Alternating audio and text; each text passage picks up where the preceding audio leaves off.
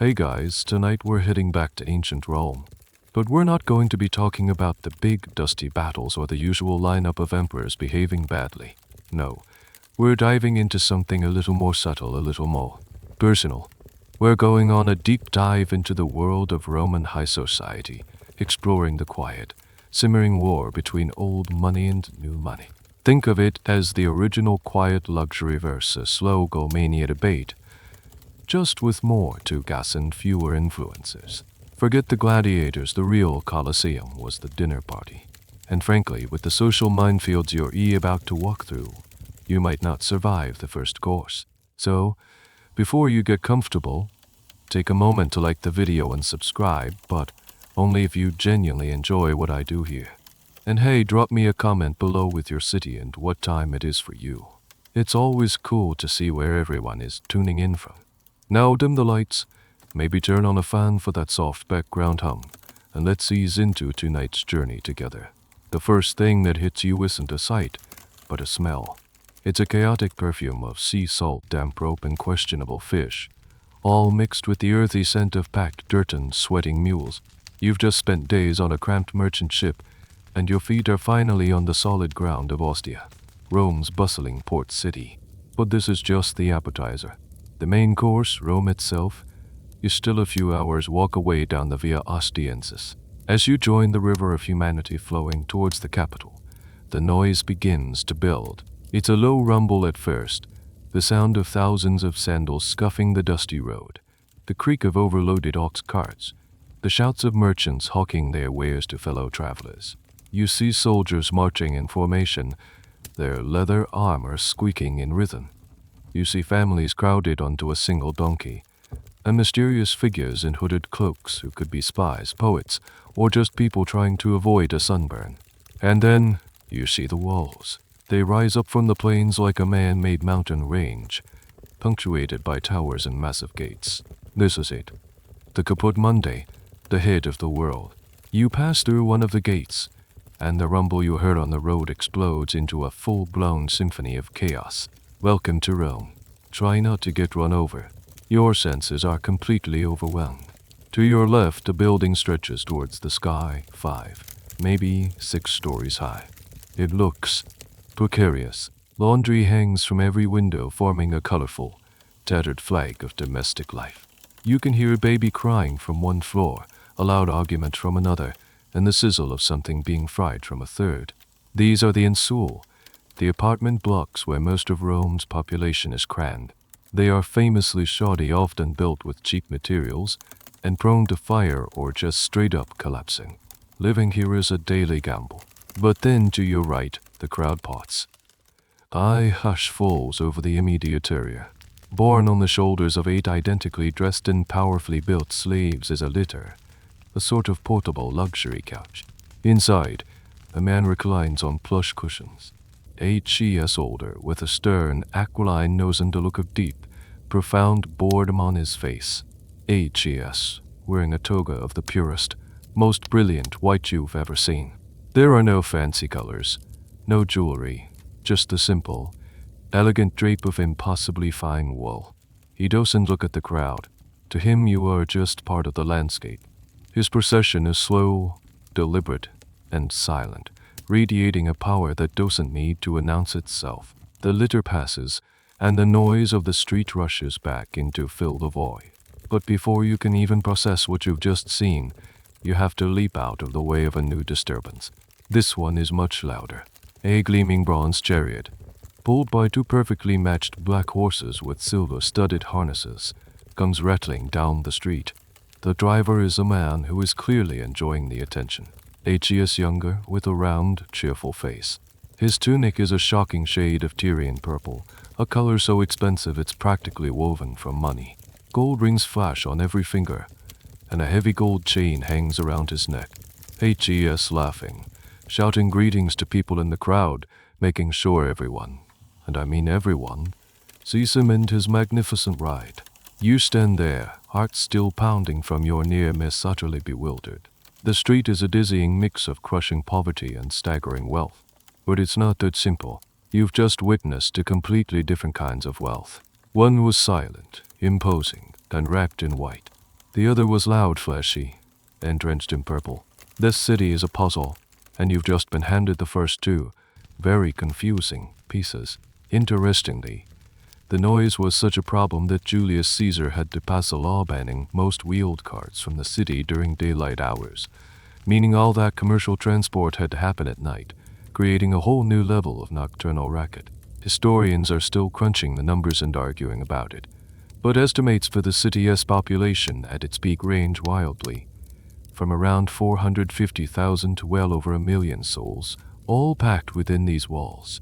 You are just one of them now, standing in a cloud of dust and questions, trying to understand the rules of this magnificent, terrifying game. That confusion you're feeling, standing there in the middle of a Roman street that smells vaguely of garlic and overworked plumbing. It's perfectly normal. You've just stumbled into the city's most ferocious, yet often silent, social battle. What you saw was just a rich guy and another rich guy. You saw two different species of wealth, two rival tribes of the Roman elite. Let's rewind to that first procession, the quiet one, the man in the litter, the one who looked like HED rather be anywhere else. HE as a patrician, Patricius. The word itself comes from patres, meaning fathers. And that's exactly what they are, the founding fathers, or at least their descendants. His last name is probably something incredibly long and important, like Cornelius, Fabius, or Claudius, a name that has echoed through the halls of the Senate for centuries. His power isn't just in his coin purse. In fact, flashing cash is considered deeply distasteful to his kind. His power is in his very blood. It's in the acres of farmland, the vast estates called latifundia that his family has owned for generations, probably since they were handed out after some legendary war. It's in the guaranteed access to the most powerful religious posts and political offices. He doesn't need to drive a flashy chariot because his very presence is a statement. That brilliant white toga, meticulously cleaned and draped just so, is his uniform, a citizenship, tradition, and purity. It's a quiet flex, but it's a powerful one. He is old money. He didn't turn his place, he inherited it as naturally as he inherited his nose and his profound sense of entitlement. Now, let's talk about the second guy, the one in the chariot who almost turned you into a historical footnote. He is, most likely, a libertas, a freedman. This is one of the most fascinating and bizarre aspects of Roman society. This man dripping in gold and purple was very likely born a slave. He might have been captured in a war or born to enslaved parents right here in Rome. He was, for a portion of his life, legally considered property, a speaking tool. So how did he get here? Through skill, luck, or cunning? Maybe he was a talented administrator who managed his master's finances so well that a grateful and already rich master freed him. Maybe he was a skilled artisan, a physician, or a merchant who was allowed to earn his own money on the side P. You see, your human eventually bought his own freedom. Upon being formally freed, a process called manumission, he became a citizen. And here's a weird little detail. On that day, he would have been given a pilus, a cone-shaped felt cap, to wear as a symbol of his new liberty. It was a mark of immense pride for him, but for the patricians, it was just a reminder of where he came from. This freedman is now a whirlwind of entrepreneurial energy. While the patrician considers trade and commerce to be vulgar, the freedman thrives on it. He runs shipping companies, buys and sells real estate, owns workshops, and lends money. He is the engine of the Roman economy. But he has a colossal chip on his shoulder. He is wealth, but he doesn't have the one thing the patrician has, an ancient, respected name. He can never be a consul. His past as a slave is a stain that, in the eyes of the elite, never truly washes out. And that is why he is so loud. The purple dye, the gold chains, the fancy chariot is all a desperate shout into the void. I am here. I am important. I am rich. He has to display his wealth because, unlike the patrician, it's all he has to prove his worth. He is new money, and he wants everyone to know it. The fundamental difference between these two men is security. The patrician is so secure in his status that he doesn't need to prove it. The freedman is so insecure about his status that he can't stop trying to prove it.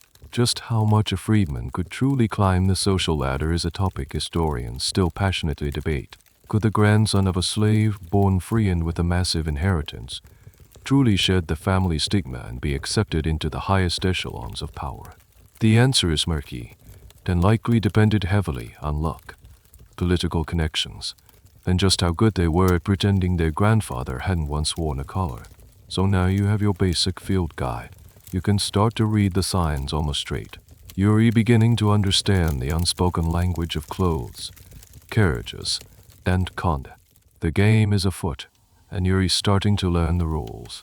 Now that you've got the basic visual cues down, let's go a little deeper. Let's follow these two archetypes back to their home turf and talk about where their money actually comes from. Because in Rome, not all gold coins or auri, as they call them, clink with the same social prestige.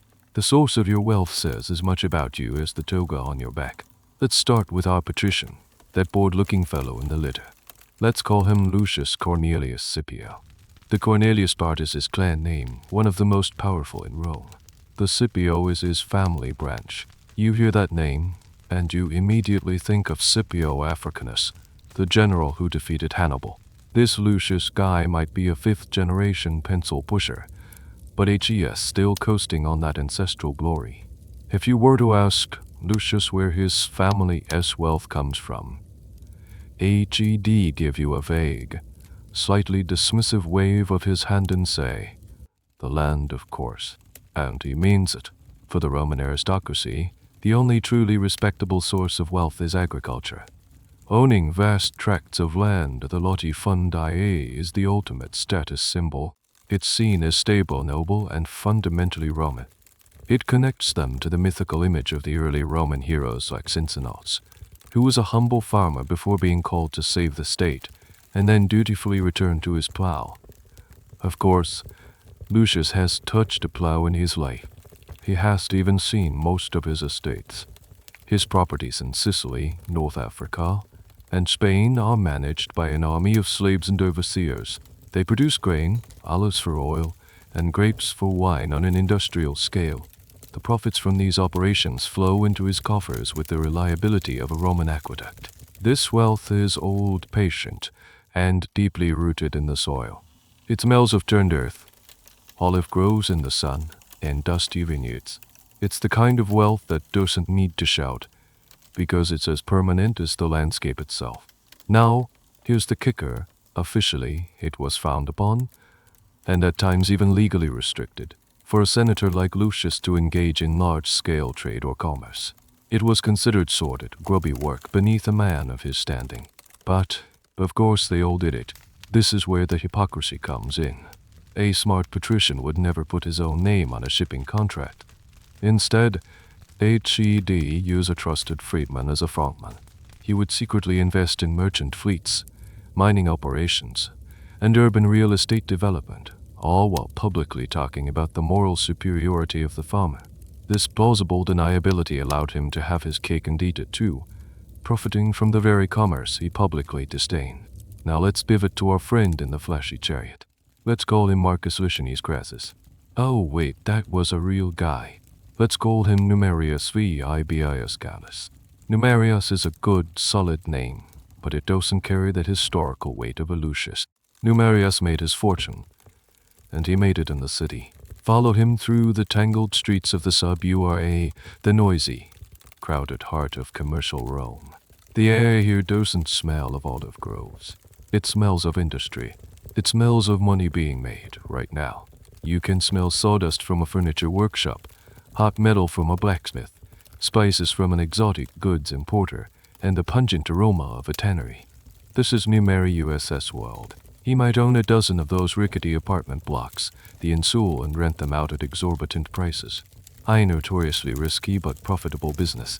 He might have a fleet of ships with his own name proudly painted on the sails that bring Egyptian grain and Spanish garum, a fermented fish sauce that Romans put on everything, into the port of Ostia.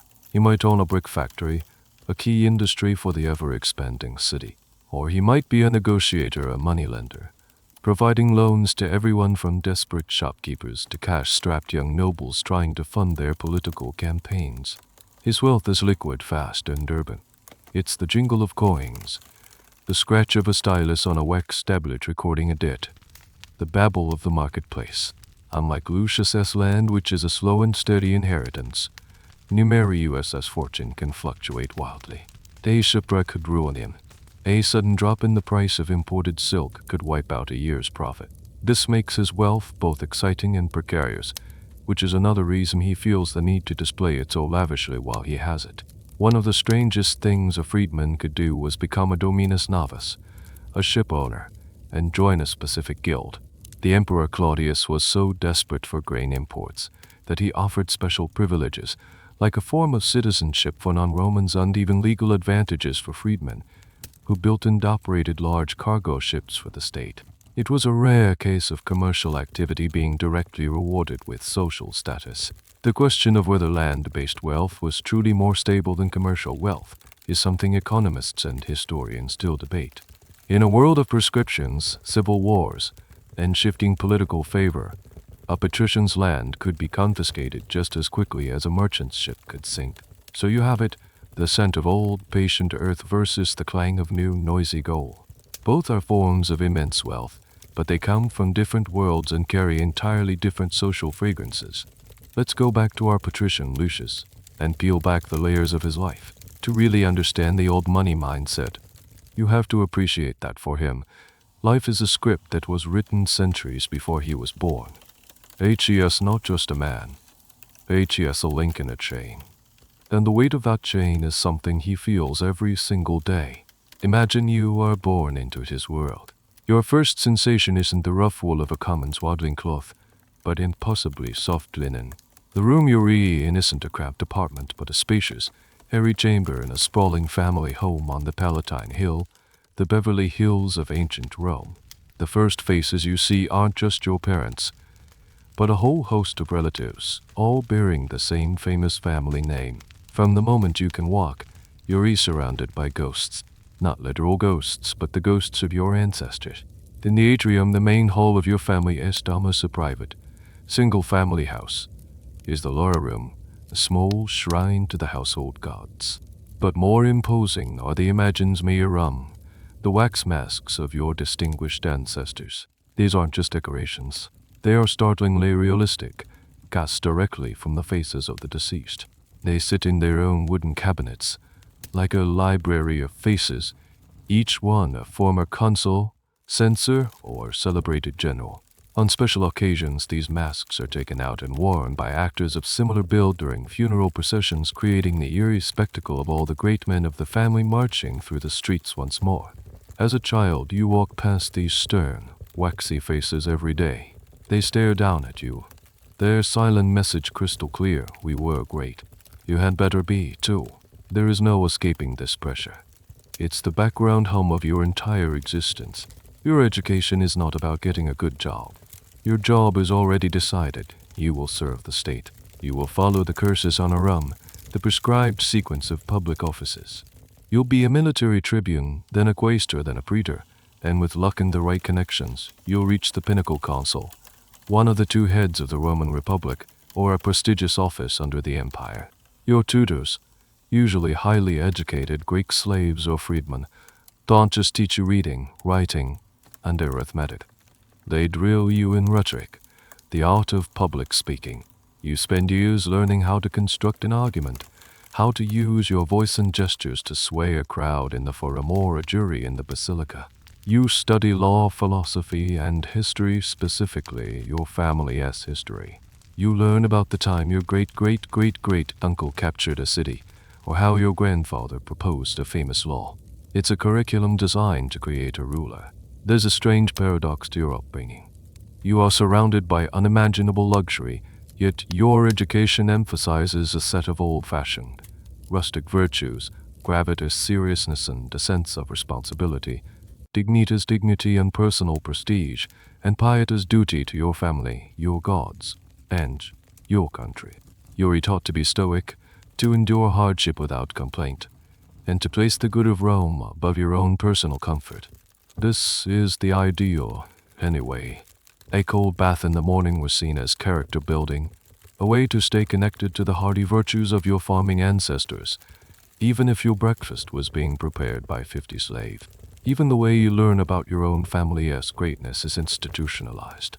Hey, cool? and slightly creepy detail is the tradition of the laudati fun ebres, the funeral oration. When a great man in your family dies, a male relative, often his son, stands before the assembled citizens in the forum and delivers a long speech, recounting not only the deceased's achievements but also the entire glorious history of the family, tracing its lineage back for centuries. Historians are still arguing about how much of this was historical fact versus pure family propaganda. These speeches were a key way that aristocratic families essentially wrote their own history, editing out the embarrassing bits and embellishing the heroic ones for public consumption. So, you grow up in a gilded cage. You have everything, but you have no real choice. Your path is set. You will marry a woman from another equally powerful patrician family, a union arranged to merge land holdings and political alliances. You will have sons to carry on the name, and you will spend your life trying to live up to the silent, waxy gaze of the dead men in the hall. It's a life of immense privilege, but also of immense, suffocating weight. Now let's completely flip the script. Forget the ancestral ghosts and the predetermined life path. Let's imagine a very different beginning. You are not born on the Palatine Hill.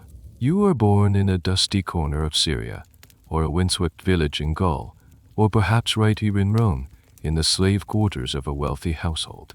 Your first memory isn't of soft linen, but of rough sacking. You don't have a name that echoes through history. You have a single, functional name given to you by your owner, like Felix Lucky if he was feeling optimistic, or simply pure boy. You are not a person. You are property. Raisman CIPI. A thing that can be bought and sold, listed in a will alongside the silverware and the farm animals.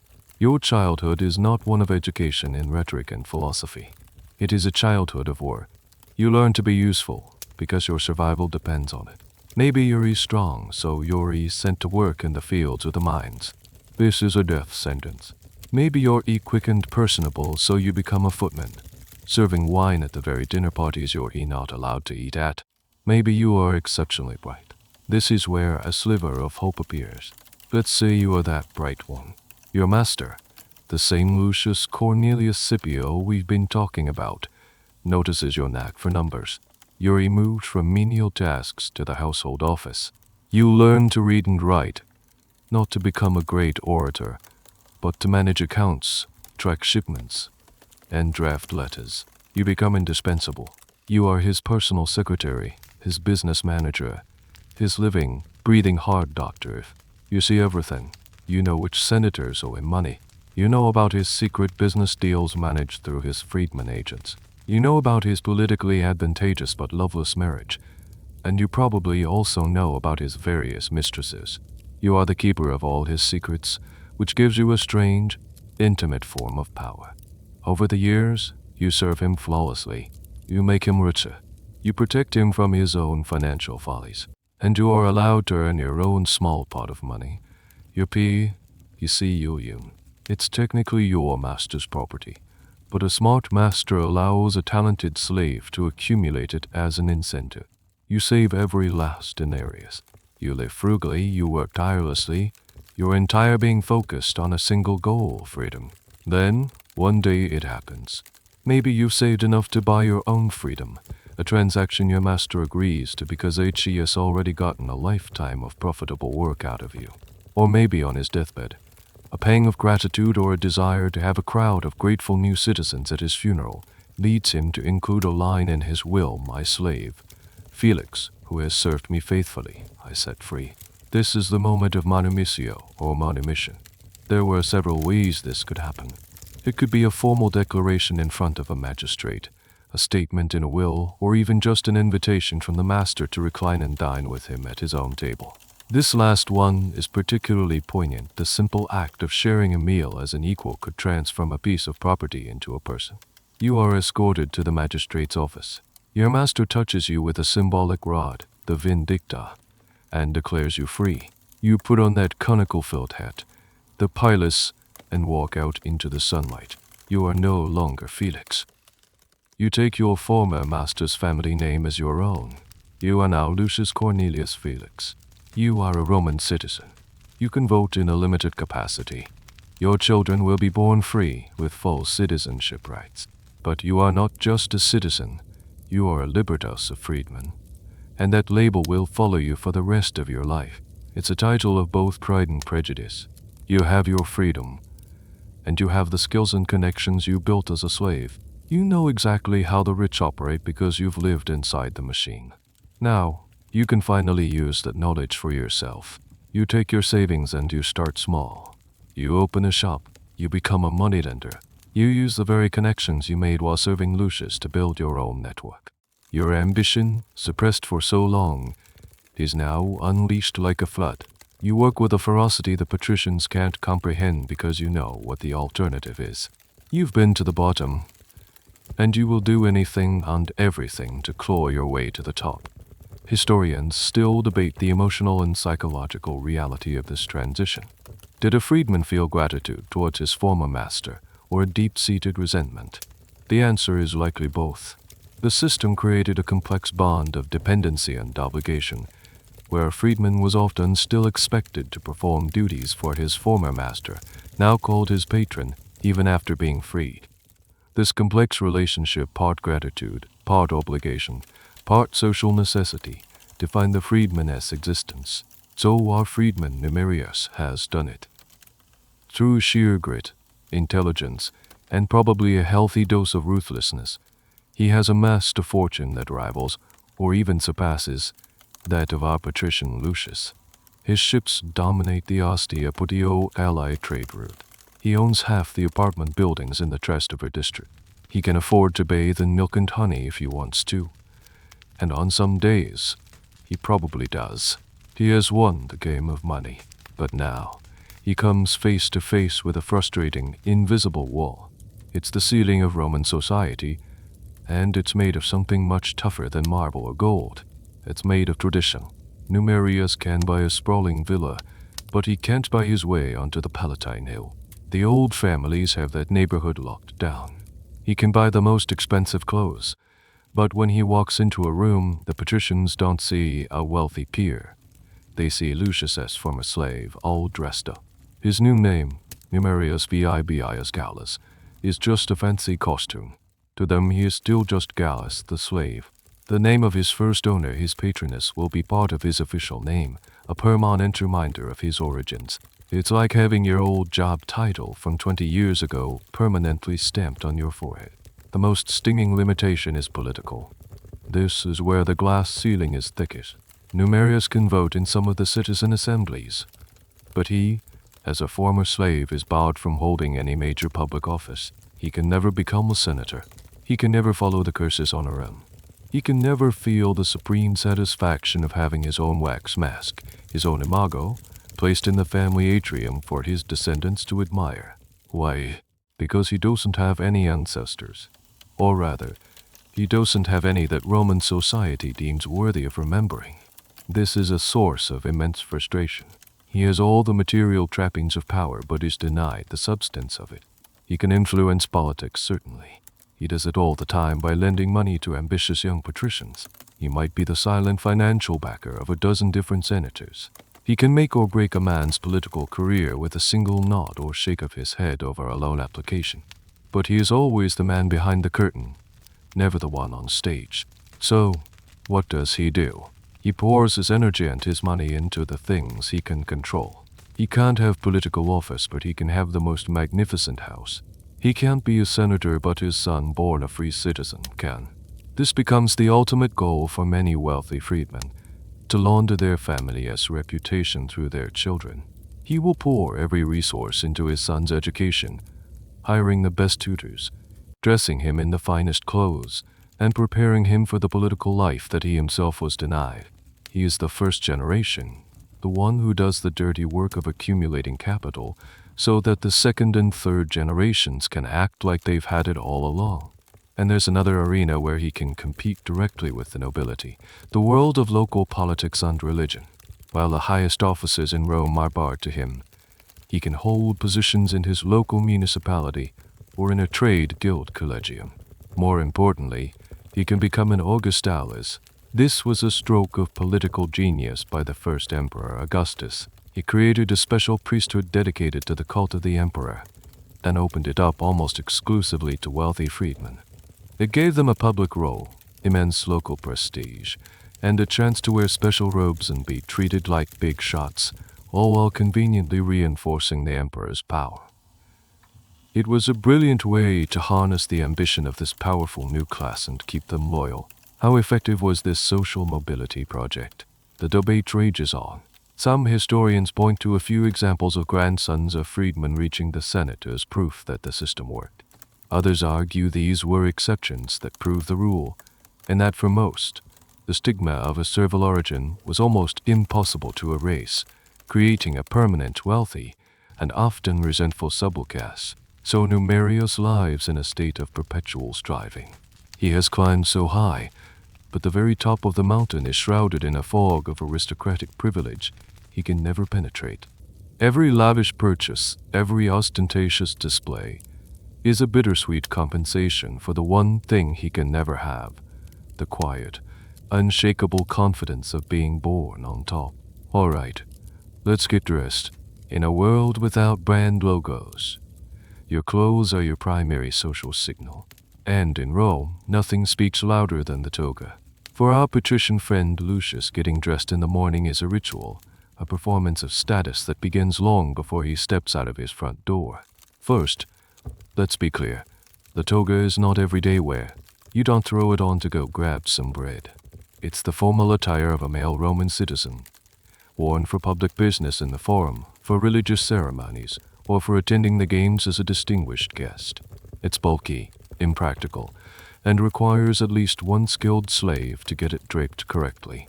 And that's the whole point. The fact that you can afford to wear a garment that makes manual labor impossible is a status symbol in itself. The toga is a huge semiscarole of fabric, traditionally wool, measuring maybe 6 yards across.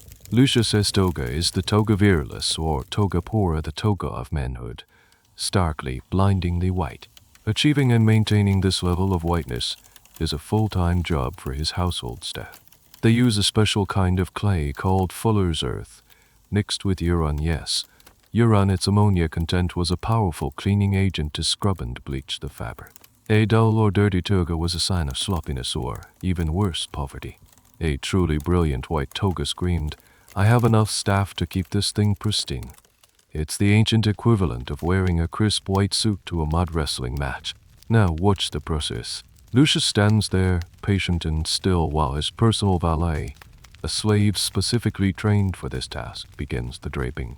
The slave takes the long, straight edge of the semiscarole and hangs it over Lucius's left shoulder, letting it fall almost to the floor in front.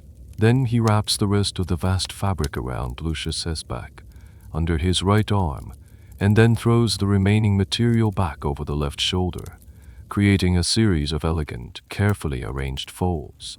The final drape creates a sort of pouch, the sinus, which could be used as a pocket, though stuffing it with junk was considered bad form.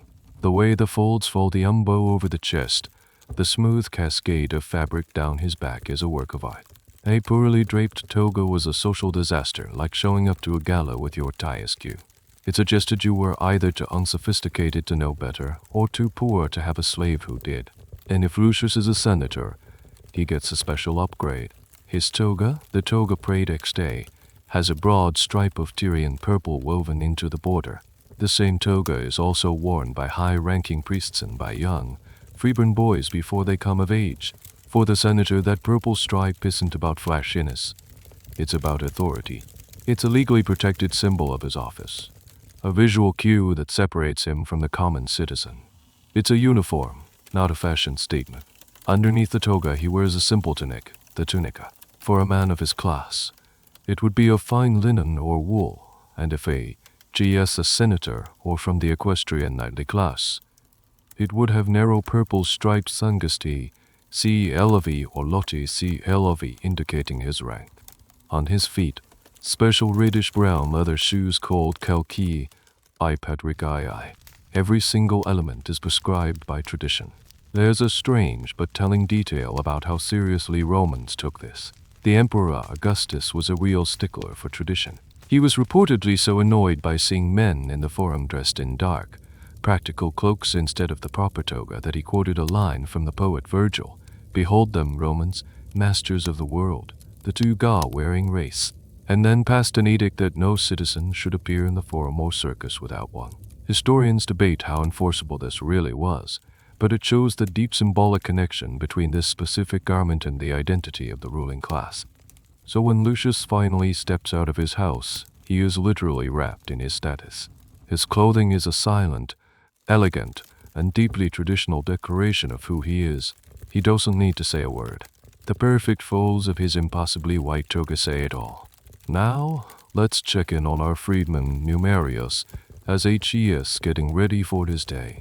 He also understands that clothes make the man, but his approach to the language of fabric is fundamentally different. If Lucius's wardrobe is a quiet, confident whisper of inherited status, Numerius is a joyful, defiant shout of earned wealth. Numerius is also a citizen, so he is entitled to wear a toga. And he does, especially for formal occasions where he needs to project an image of respectability. But he is not just going to wear a plain white one. That's too boring too. Patrician. He might choose a toga made from exceptionally fine, almost translucent wool from Tarentum, something that feels more like silk. The whiteness of his toga will be just as brilliant as Lucius's, if not more so, because he is willing to pay top dollar to the best fullers in the city. He'll make sure his toga is enormous, using even more fabric than necessary because more fabric means more expense. The draping might be a little too perfect, the folds a little too numerous, betraying the effort behind it. But where Numerius really expresses himself is in his day-to-day wear and his dinner party attire. To gas off at the forum in his own home or at a feast, he can really let his personality shine. And his personality loves color. His tunic isn't the simple and decorated linen of an off-duty patrician. Numerius's tunics are a rainbow of expensive statements. He'll have them in saffron yellow, in sky blue from imported indigo, and his absolute favorite, Tyrian purple. This is the king of colors, the most prestigious and absurdly expensive dye in the ancient world. It was extracted from the glands of a specific sea snail, the murex. It took thousands upon thousands of these snails to produce enough dye for a single garment, and the process was famously foul-smelling. The resulting color, a deep, vibrant purple reed, was literally worth more than its weight in gold. For a senator like Lucius, a purple stripe on his toga is a mark of office, a right bestowed by the state. For a freedman like Numerius, wearing a solid purple tunic is a mark of something else, disposable income. It's a purely commercial flex. She is essentially wearing a luxury car. He can't have the purple stripe of a senator, so he goes for the whole purple tunic, a move that the aristocracy would find breathtakingly tacky. A classic case of money can't buy you taste. And then there's the jewelry. A traditional patrician might wear a single signet ring, a functional piece of jewelry used to press his seal into wax for documents. It's a symbol of his authority and his family lineage. Numerius, on the other hand, sees his fingers as 10 little billboards for his success. He'll have rings on every finger, some so large and heavy, they look like they could be used as weapons. They'll be solid gold, flashing with huge, often uncut gemstones, emeralds, sapphires, garnets. He might even have a summer set and a winter set of rings, as the fictional freedman Trim, Alcio boasts in the novel Satyricon. Around his neck, a heavy gold chain, a katina. On his wrists, gold bracelets. Sometimes a freedman would even wear a small, almost invisible memento of his past. A weirdly specific detail mentioned by the writer Petronius is a freedman wearing a gold ring that was originally iron. This was a subtle nod to his past. Only freeborn citizens could wear gold rings, while slaves sometimes wore iron ones. By plating his old iron ring with gold, HES creating a strange hybrid symbol of his journey from bondage to wealth. It's a detail the old money aristocrats would find both confusing and a little pathetic. The debate among historians is whether this new money flashiness was a reality or a stereotype, created and exaggerated by snobbish patrician writers like Petronius and Tacitus, who loved to mock the social climbing freedman. Was every wealthy freedman a walking jewelry box? Probably not, but the stereotype existed for a reason. In a society with rigid social hierarchies, those who broke through from the bottom often felt the need to visually justify their new position. They hadn't inherited a famous name, so they bought the loudest, most expensive things they could find to create a new identity for themselves, one woven from purple cloth and polished gold. Let's step back inside the home of our patrician Lucius. You push past the heavy wooden door, and you find yourself in the entryway. The FAUCS. There's probably a mosaic on the floor here, maybe a fierce-looking dog with the words "Cave Canem, beware of the dog." It's a classic for a reason. But as you move deeper into the main reception hall, the atrium, the vibe changes from welcoming to watchful. The atrium is the heart of a traditional Roman domus. It's a large, open-air room with a square opening in the roof, the compel-uvium, which allows rainwater to collect in a shallow pool below, the impel-uvium. This design keeps the house cool and provides a source of water. But the most striking feature of this room is not architectural. It's the gallery of faces staring down at you. Lining the walls, displayed in individual wooden cabinets that look like miniature temples, are the imagined the wax masks of the ancestors. We touched on these before, but it's impossible to overstate their psychological impact. They are not idealized sculptures. They are death masks cast from the actual faces of Lucius's forefathers at the moment of their passing.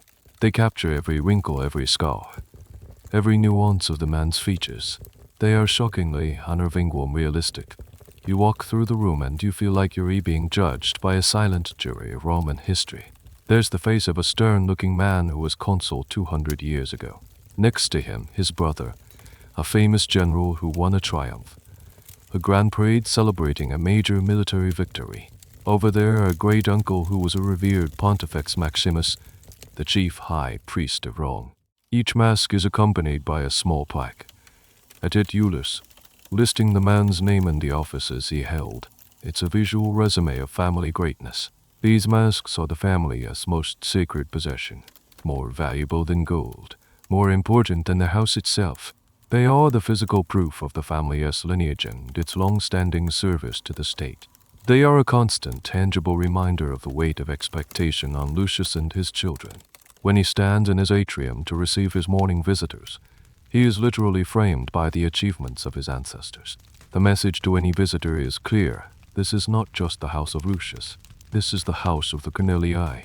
We have been running this city for centuries, and we're not going anywhere. The art on the walls reinforces this message of traditional, high-minded taste. You'll see large frescoes depicting scenes from Greek mythology, usually with a moralizing or heroic theme. The Trojan War, the labors of Hercules, the adventures of Odysseus. These choices are meant to signal that the owner is a man of culture and education, someone who understands the great stories of the classical world. It's sophisticated, intellectual, and above all, safe. It's the kind of art that everyone agrees is good taste. There's a fascinating and slightly morbid custom associated with these masks.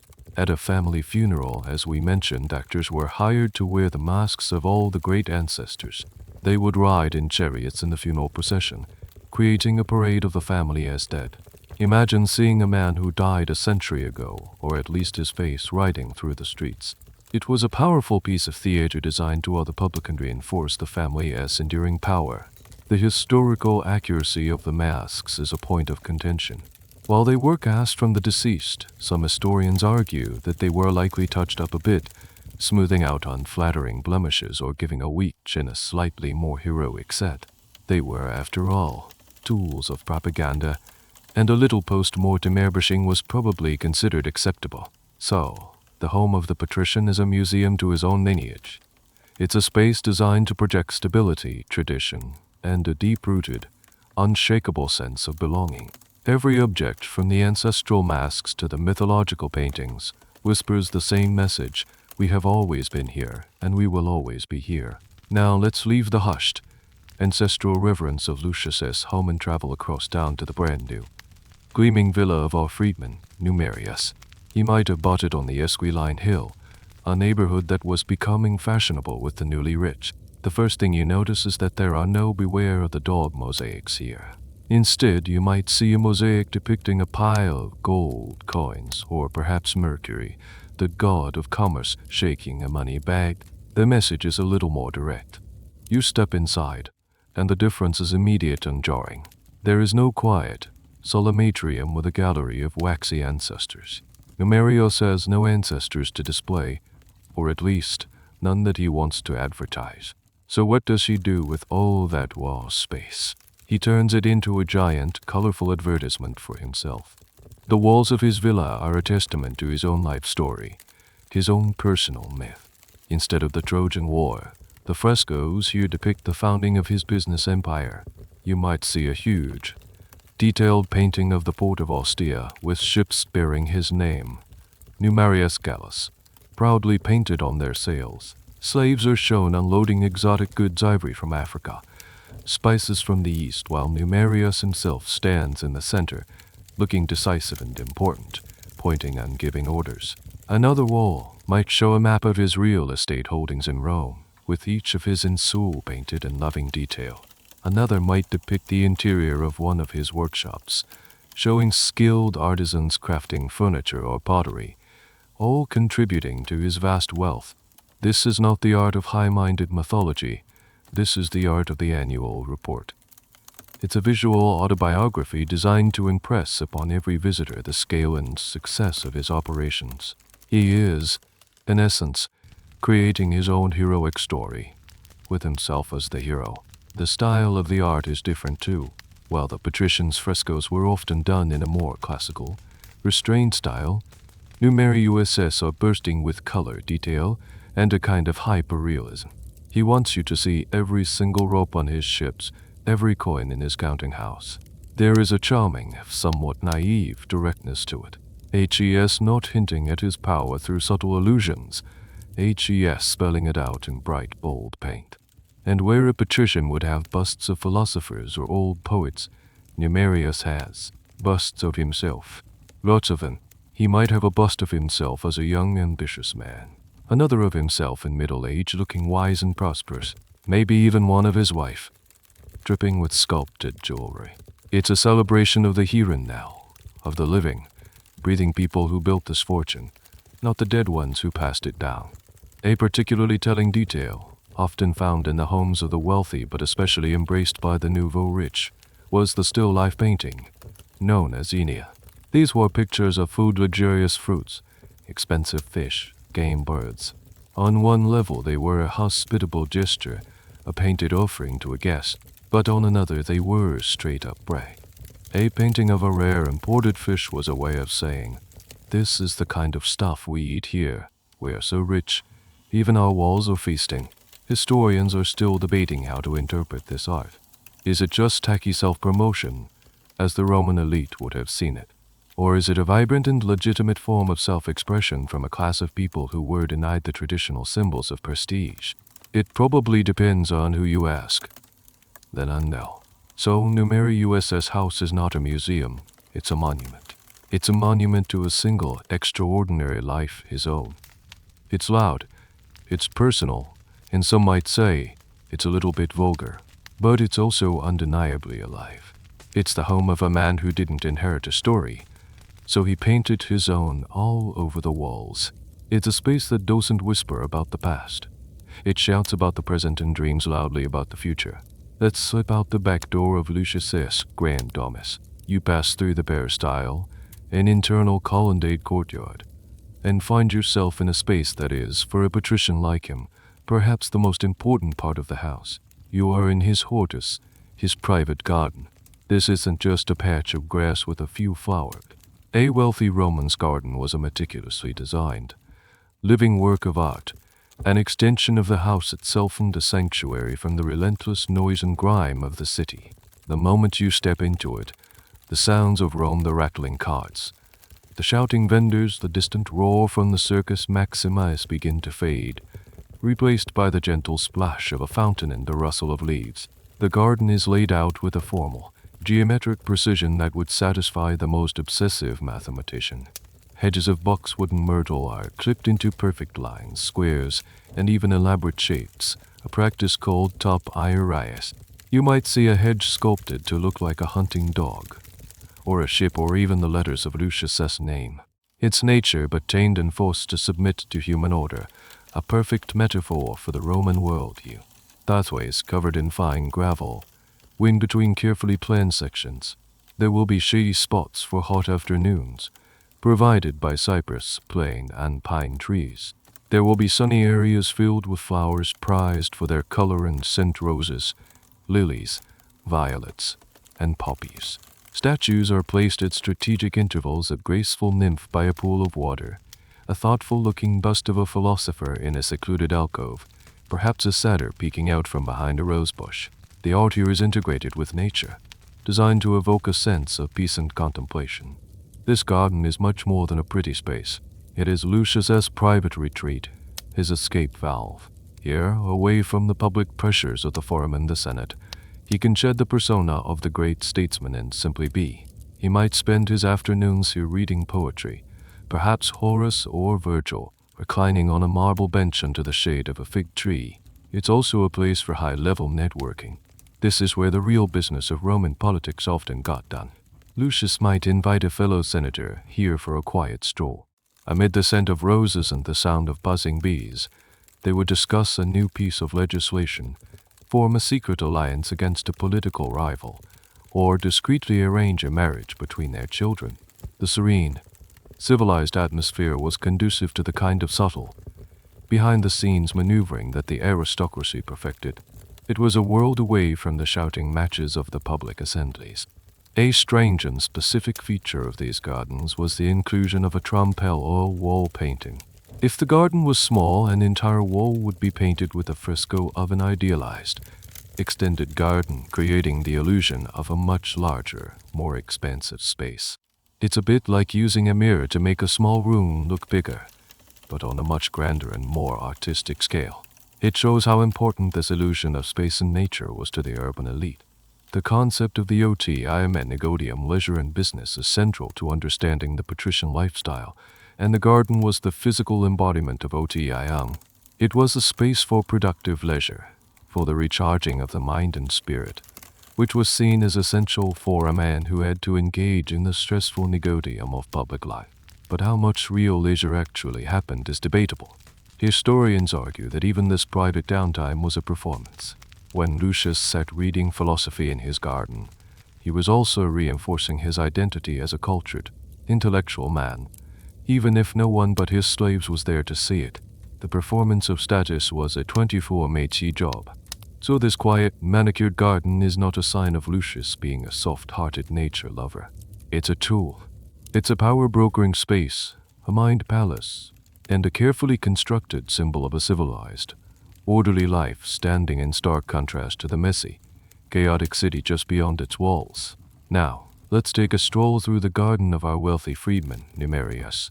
I'm putting garden in quotes because his concept of a private outdoor space is different. If Lucius's garden is a silent, green library for philosophical thought, Numerius is a loud, chaotic theme park for displaying his wealth. You walk out the back of his villa, and the first thing that hits you is the sheer amount of stuff. There is no quiet, geometric order here.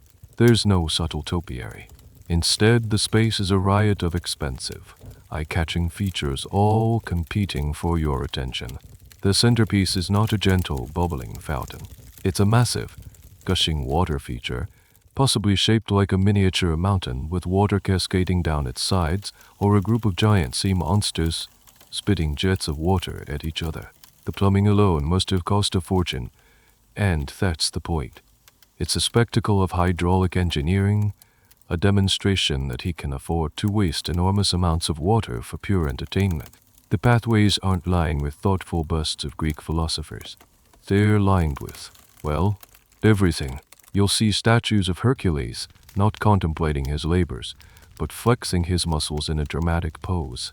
You'll see shiny marble copies of famous Greek statues, but maybe too many of them, crammed too close together, turning the garden into an outdoor sculpture warehouse. And interspersed with the gods and heroes, you'll find statues of Numerius himself. There he is, dressed as a general, even though he has never seen a battle. There he is again, wrestling a lion. It's all about creating a personal mythology of strength and power. And then there are the animals. Lucius might have a few songbirds in an aviary. Numerius has a private zoo, In one corner, you might find a flock of peacocks, their iridescent tails fanning out in a shimmering display. In another, a pen-holding gazelles imported from Africa.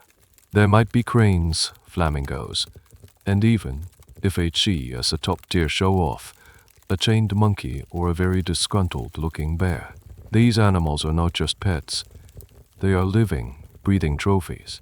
They are conversation pieces, exotic curiosities that prove he has the connections and the cash to import the weirdest and most wonderful creatures from the furthest corners of the empire.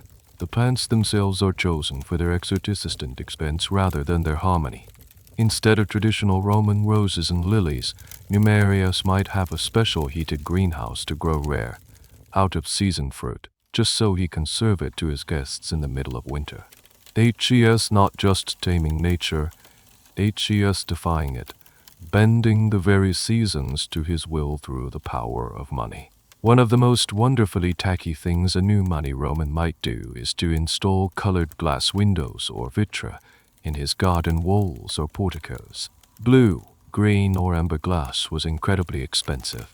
By setting these into the walls, sunlight would filter through, casting colorful, jewel-toned patterns on the marble floors.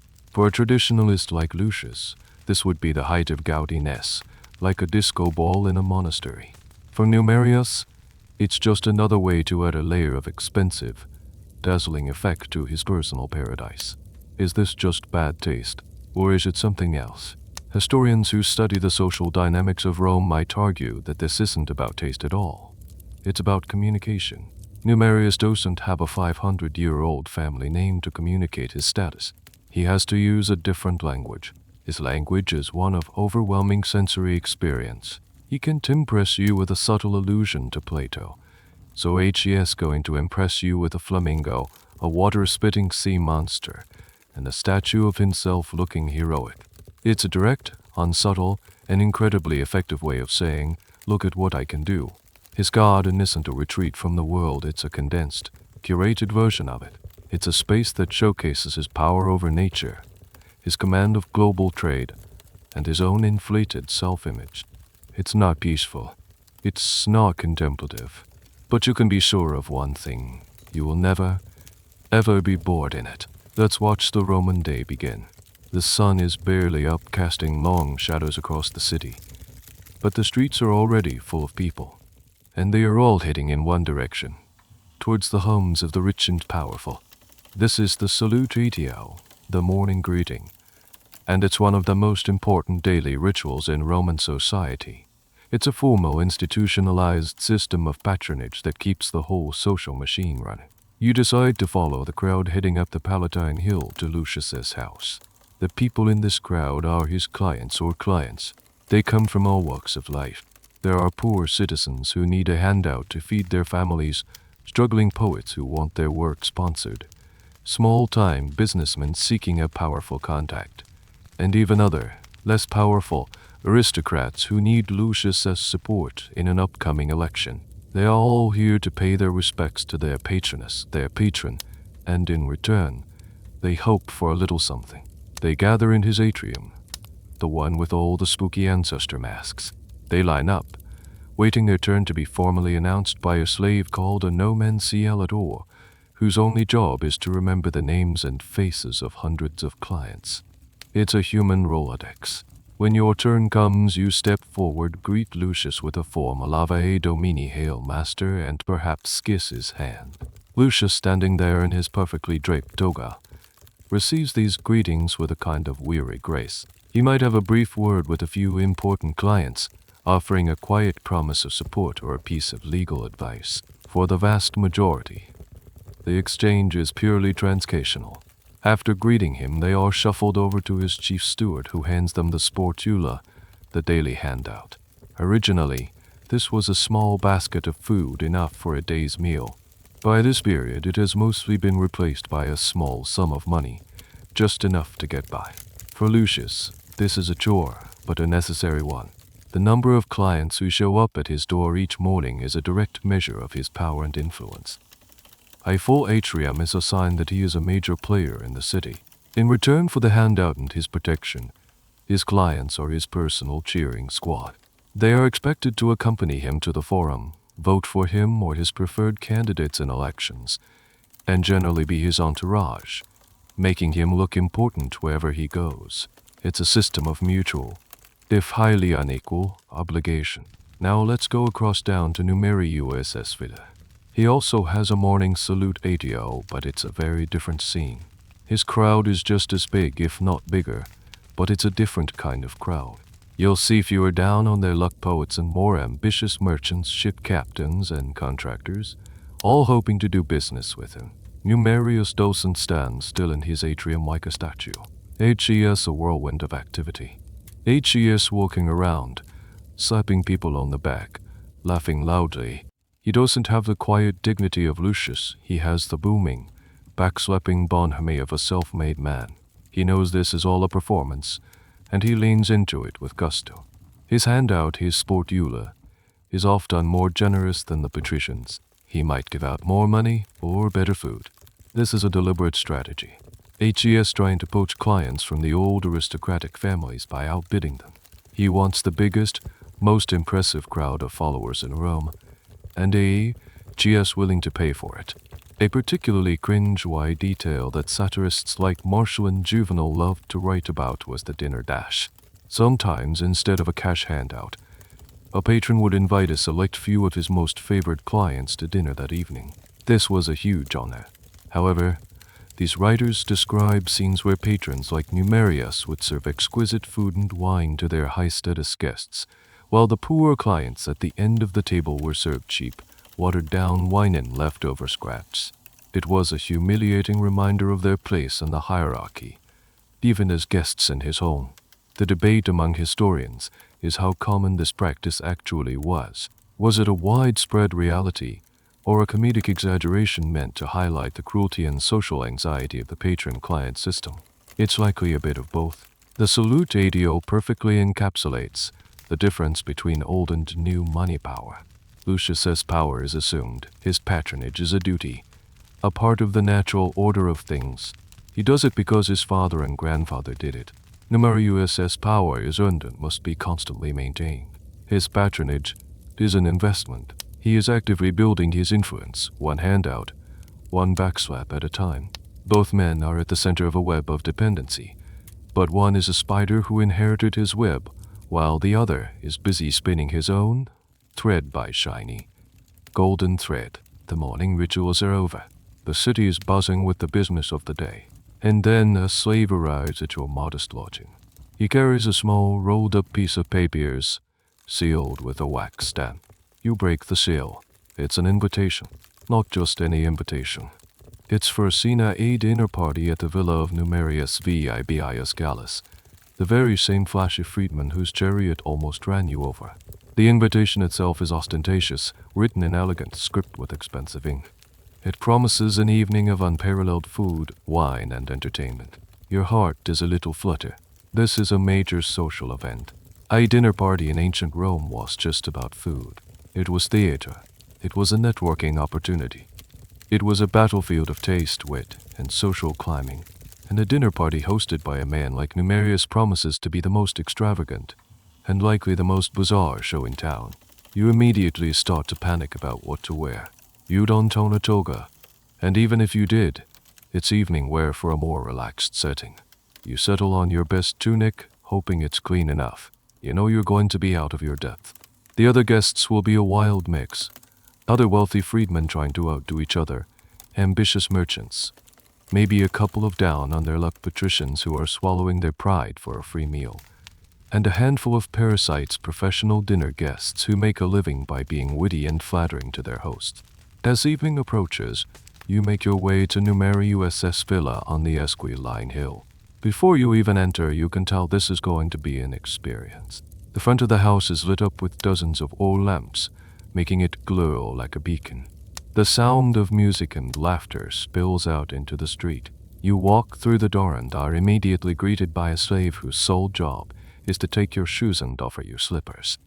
Another slave comes forward with a silver basin and a pitcher of perfumed water to wash your hands. The water is warm.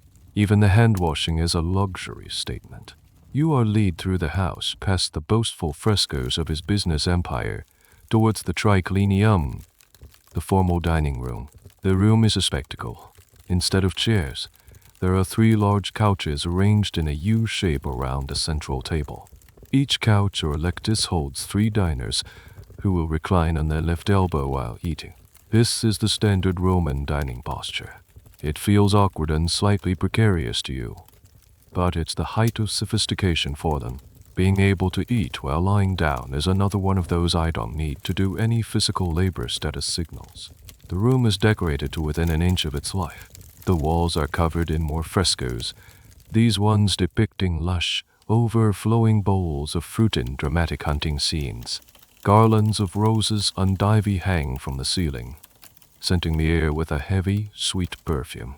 The couches themselves are draped in rich, colorful fabrics and piled high with embroidered cushions. You are shown to your assigned spot on one of the couches. The seating arrangement is incredibly important and rigidly hierarchical. The host occupies the lowest spot on the lowest couch like the Simus, from where he can best direct the proceedings. The guest of honor gets the highest spot on the middle couch like this medius right next to the host. Your spot is somewhere in the middle, a sign of your ambiguous observer status. A strange but well-documented feature of these parties was the presence of a shadow. A more important guest might be allowed to bring along an uninvited friend, their umbra shadow, who would take a less desirable seat. Whether this was a common courtesy or a source of social friction is something historians still puzzle over. Imagine showing up to a fancy dinner and your friend says, "Oh, by the way, I brought Steve." You recline awkwardly, trying to look casual. A slave comes by and offers you a small cup of mulsum, a sweet appetizer wine mixed with honey. You take a sip. It's cloyingly sweet, but it seems to be the expected prelude to the meal. You look around at the other guests, a mix of smug, anxious, and hungry faces all illuminated by the flickering lamplight. The air is thick with anticipation. The show is about to begin, and you have a front row seat to the circus of new money. You've barely had time to adjust to the awkward reclining position when the first wave of the spectacle crashes over you. The doors to the triclinium swing open, and a procession of slaves enters, moving with a synchronized, almost military precision. This isn't just about bringing out food, it's a grand entrance. At the head of the procession are 2 slaves carrying a massive silver platter. On the platter is the gustatio, the appetizer course. But this is no simple plate of olives and cheese. Numerius is a disciple of the more is more school of thought, and his appetizers are designed to stun you into submission. The platter itself is a work of art, or at least a work of immense expense. It's intricately chased with scenes from the life of Hercules. In the center is a small statue of a donkey made of Corinthian bronze carrying 2 panniers. One pannier is filled with green olives, the other with black. On either side of the donkey are 2 more silver dishes engraved with numerius name and the weight of the silver used to make them, just in case you missed the memo that this is all very, very expensive. Around this centerpiece is an edible diorama. There are dormice, a bizarre Roman delicacy, which have been fattened in special terracotta jars, then baked and sprinkled with poppy seeds and honey. They are arranged to look like they're scurrying around the platter. There are sausages, sizzling on a miniature silver grill that's placed directly on the main tray. There are hard-boiled eggs, peeled and nestled in a bed of what you hope is straw. The host, Numerius, beams with pride from his couch. He claps his hands and a slave steps forward to explain the dish. This is a common feature of these show-off dinners. The food isn't just for eating, it's for discussing. The slave points out that the eggs are not chicken eggs, but peahen eggs, a much rarer and more costly alternative. He encourages everyone to try the dormice, boasting that they were fed exclusively on walnuts and chestnuts to improve their flavor. As you hesitantly reach for an olive, trying to avoid making eye contact with a glazed rodent, another set of slaves circulates with the hand-washing equipment again. But this time, the water is just one option. Another slave offers a bowl of chilled, perfumed wine for you to dip your fingertips into. It's an absurdly decadent gesture. Then, the main platter is cleared away, but the theatrics are just beginning. A slave enters carrying what looks like a large, wooden hen, sitting on a nest of straw. He places it in the center of the table. The guests murmur with curiosity. Numerius gives a knowing wink. The slave reaches under the wooden hen and begins pulling out eggs, peahen eggs again, and distributing one to each guest. You hold the warm egg in your hand. Numerius instructs you to break it open. You tap it carefully and the shell cracks, but instead of a yolk and white, the inside is filled with a thick, spiced sauce, and nestled inside the sauce is a tiny, cooked bird, a fig pecker, a small songbird considered a great delicacy. The whole thing is a culinary trick, an edible Russian doll. The guests erupt in a chorus of oohs and ah. This is the essence of what the Romans called scene of display. The goal was just to serve delicious food, but to surprise, to shock, and to overwhelm the senses. It was about creating a memorable experience that guests would talk about for weeks, cementing the host's reputation for wealth and creativity. One of the strangest fads among the super-rich was the color-coded dinner, where every single dish served in a course would be the same color. Imagine a green course with pesto, green vegetables, and even fish served with a green sauce. Historians debate whether these accounts are satirical exaggerations or if some host somewhere actually subjected his guests to a 7-course monochrome meal. You meanwhile are just trying to figure out the logistics of eating a tiny, sauce-filled bird from an eggshell while lying on your side in a room full of strangers. The sheer effort of it all is exhausting. And this is only the appetizer. You catch a glimpse of an enormous wild boar being paraded outside the dining room, and you realize this is going to be a very, very long night. The remnants of the bird in an egg surprise are cleared away by an army of slaves who move with unnerving speed. The air is thick with expensive perfume and the low hum of impressed, slightly bewildered conversation. You're each starting to think you might have a handle on how this evening works when the next course arrives, and you realize you know nothing. A massive circular platter is brought in, so large it takes 4 slaves to carry it. It's set down on the central table with a heavy thud. This isn't just a dish, it's an edible work of conceptual art. The platter is designed to look like the zodiac. The 12 signs are arranged in a circle, and on top of each sign a food item that corresponds to it, either through a pun or some obscure association. Numerius, our host, practically levitates with glee. He insists on explaining the whole thing himself, a performance he has clearly rehearsed. On Aries, the ram, he proclaims, pointing with a greasy finger, we have a handful of chickpeas because they look like a ram's head. Get it? A few guests offer a weak, sycophantic chuckle. He continues his tour of the culinary cosmos. On Taurus, the bull, a slice of beef. On Gemini, the twins, a pair of kidneys and some lamb fries. For Cancer, the crab, a crown of woven herbs, because a crown sits above. For Leo, the lion, a wild African fig, because lions are from Africa. For Virgo, the virgin, a soul's udder that has never given suck. At this, he lets out a booming laugh that is not matched by the guests. The list goes on, each connection more tenuous and bizarre than the last.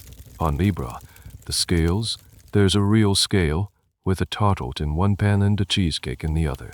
On Scorpio, a scorpion fish. On Sagittarius, the archer, a sea otter, because it has little fins that look like arrows. On Capricorn, the sea goat, the lobster. On Aquarius, the water bearer, a goose. And finally, on Pisces, the fish, to perfectly matched mullets. In the very center of this edible monstrosity is a square of turf complete with living grass, upon which sits a honeycomb. Numerius explains this represents the earth, the giver of all good things.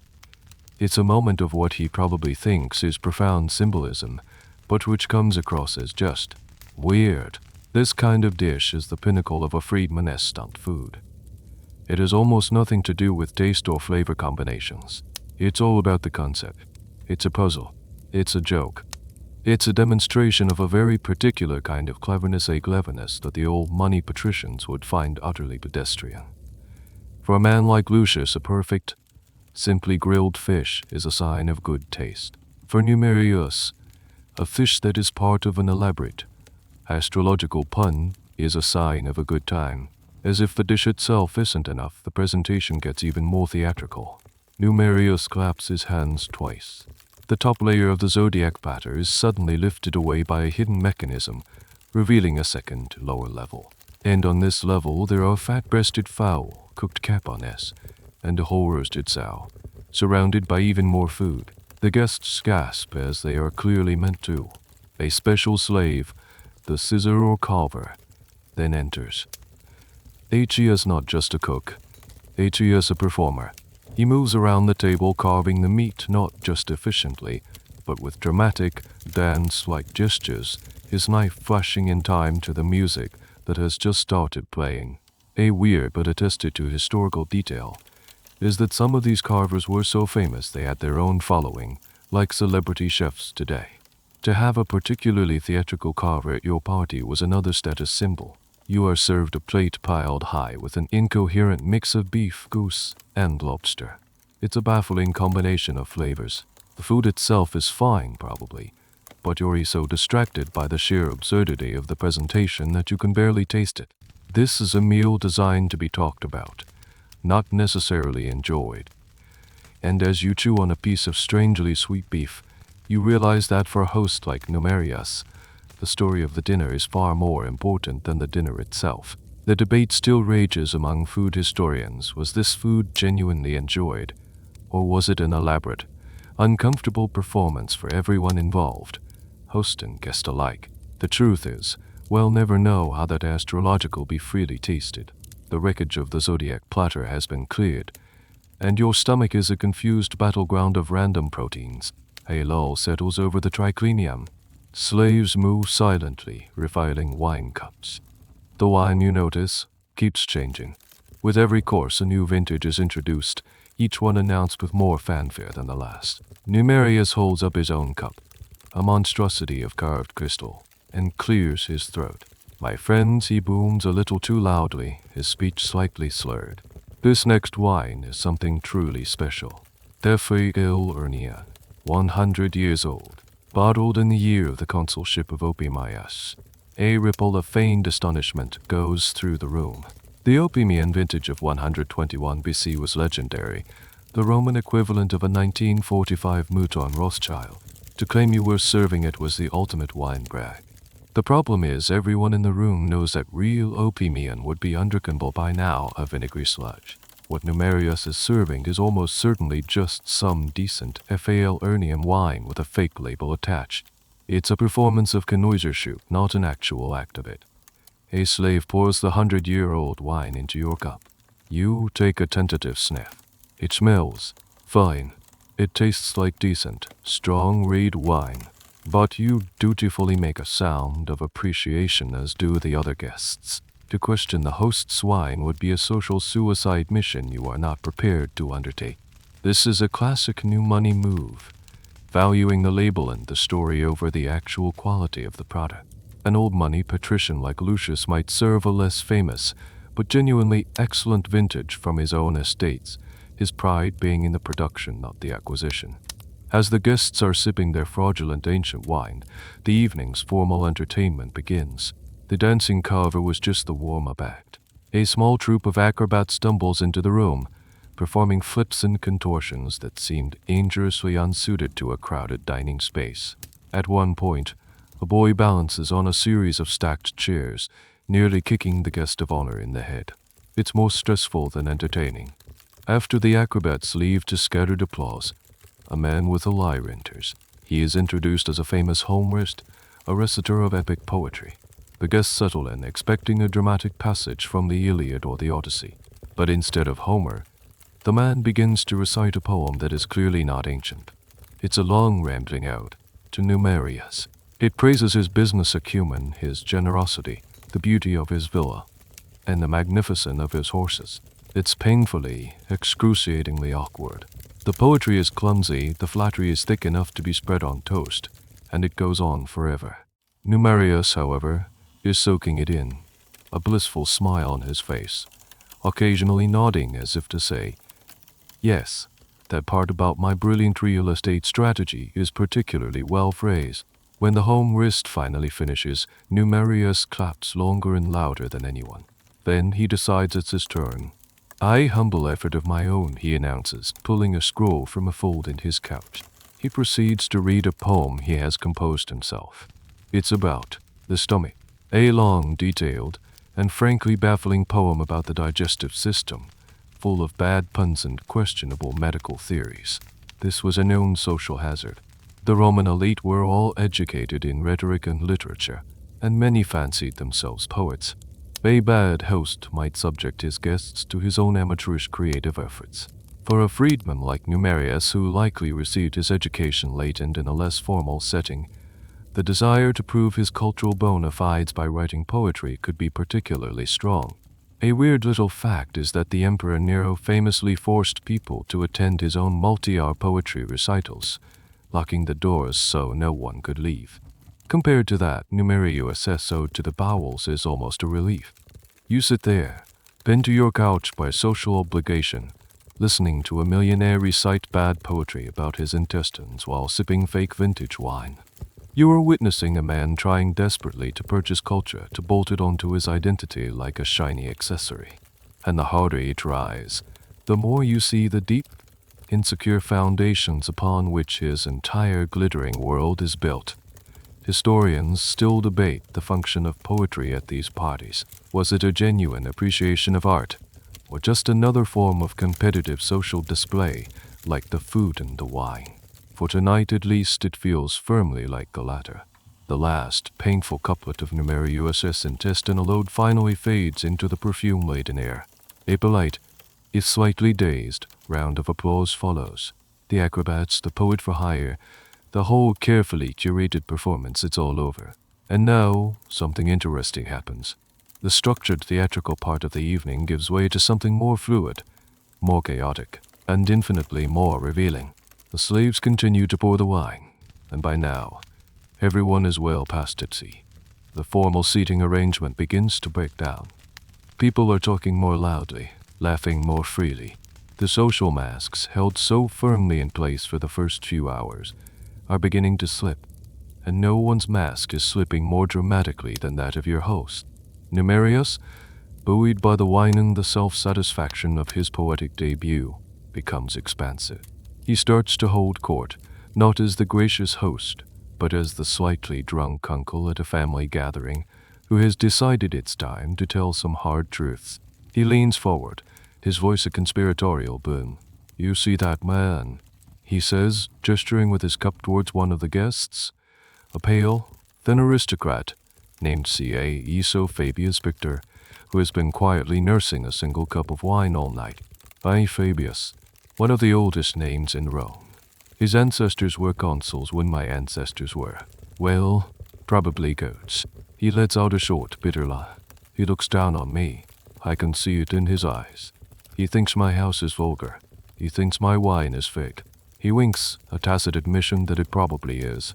He thinks my money stinks of the marketplace." He takes a long gulp of wine. "But let me tell you something.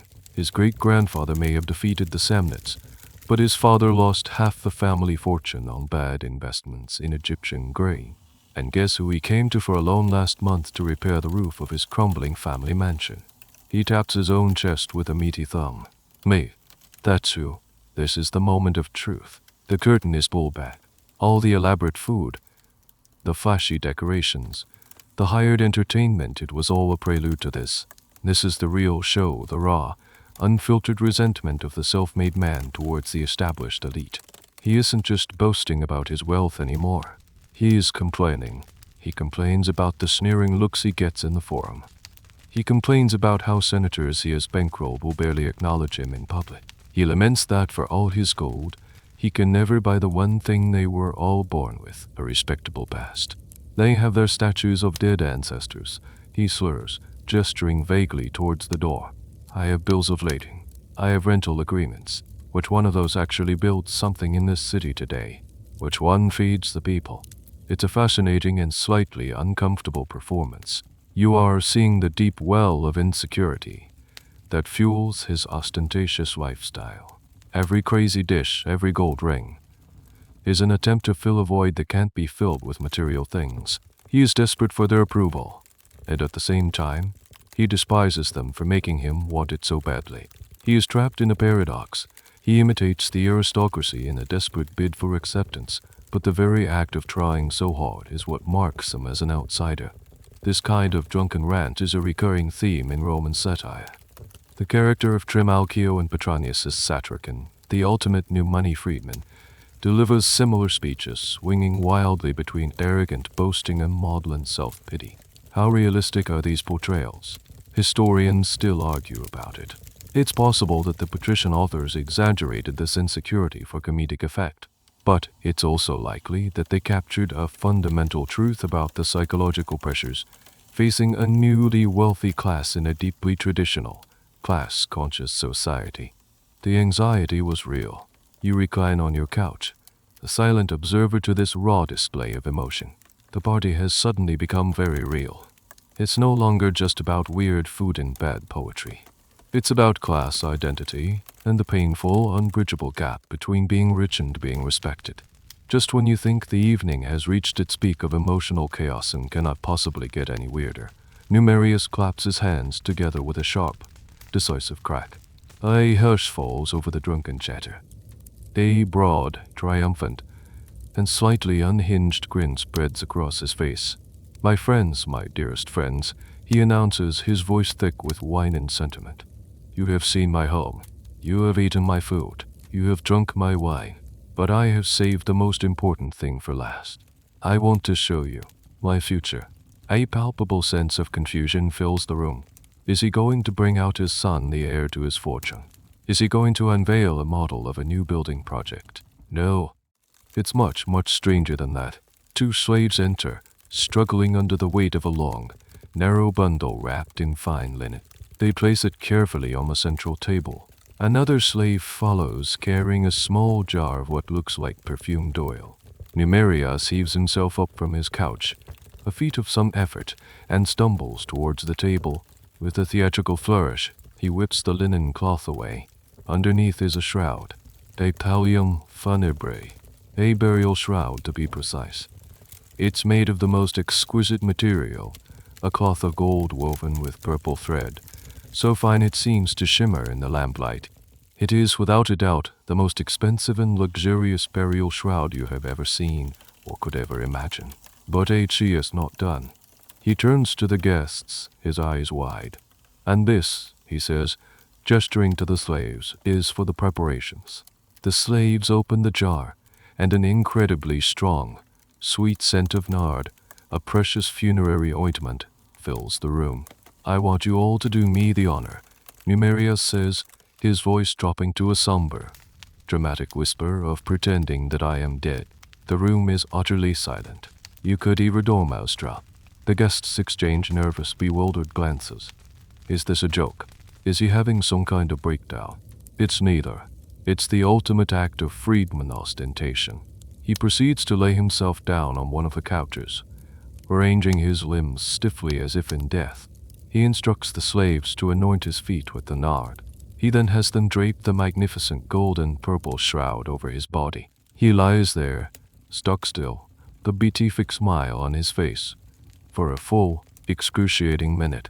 Then he sits up, throwing the shroud off. Now, he commands, say something nice about me. Pretend you're at my funeral.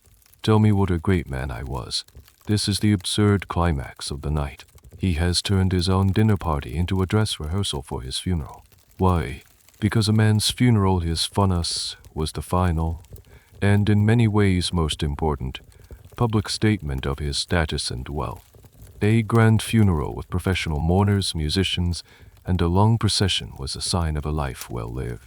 For a man like Numerius, who was denied the ancestral procession of wax masks, his own funeral was his last chance to put on a spectacular show. And H.E. is so anxious about it, so desperate to know that it will be suitably magnificent, that he needs to preview it for a live audience. This bizarre scene is famously depicted in the Satyrican, where the host Trimalchio does almost exactly this, causing his wife to get angry and the party to devolve into a domestic squabble. Whether this was a real practice or a satirical invention is, of course, debated by historians, but it perfectly captures the freedman's obsession with legacy. He couldn't control his ancestry, but he could control his posterity. He could ensure that his exit from the world was even more spectacular than his time in it. A few of the more sycophantic guests start to stammer out clumsy eulogies. Oh, Numerius, you were so generous. Your business sense. unparalleled. It's a deeply uncomfortable and surreal moment. You just sit there speechless, witnessing a man so haunted by the fear of being forgotten that he's decided to attend his own memorial service. The dinner has officially gone from strange to profoundly, unforgettably weird. The morning sun is a brutal thing after a night in immerses tranquility. You stumble out of his villa, your head pounding with the ghost of that 100-year-old wine, the scent of funerary nard still clinging faintly to your clothes. The memory of the funeral rehearsal feels like a strange, wine-fueled fever dream. As you walk back towards the heart of the city, blinking in the bright Italian light, you start to see Rome in a new way. You start to see the evidence of men like Numerius everywhere. It's not in the grand, ancient temples of the Roman Forum. They're stone weathered by centuries. It's in the new construction. You pass by a magnificent new public bathage, the Thermae. It's a colossal structure of brick and marble, its high arched windows gleaming in the sun.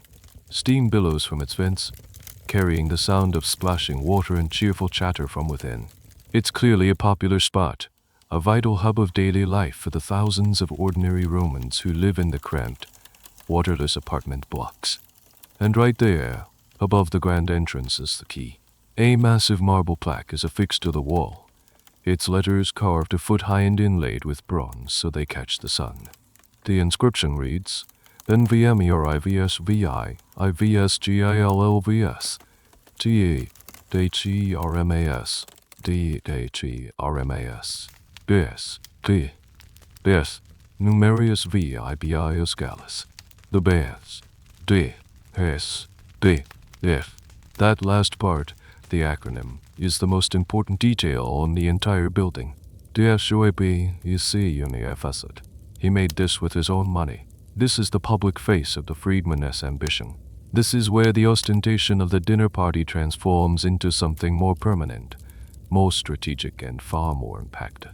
After the absurdity of the funeral rehearsal, you finally understand. Numerius isn't just obsessed with his own legacy.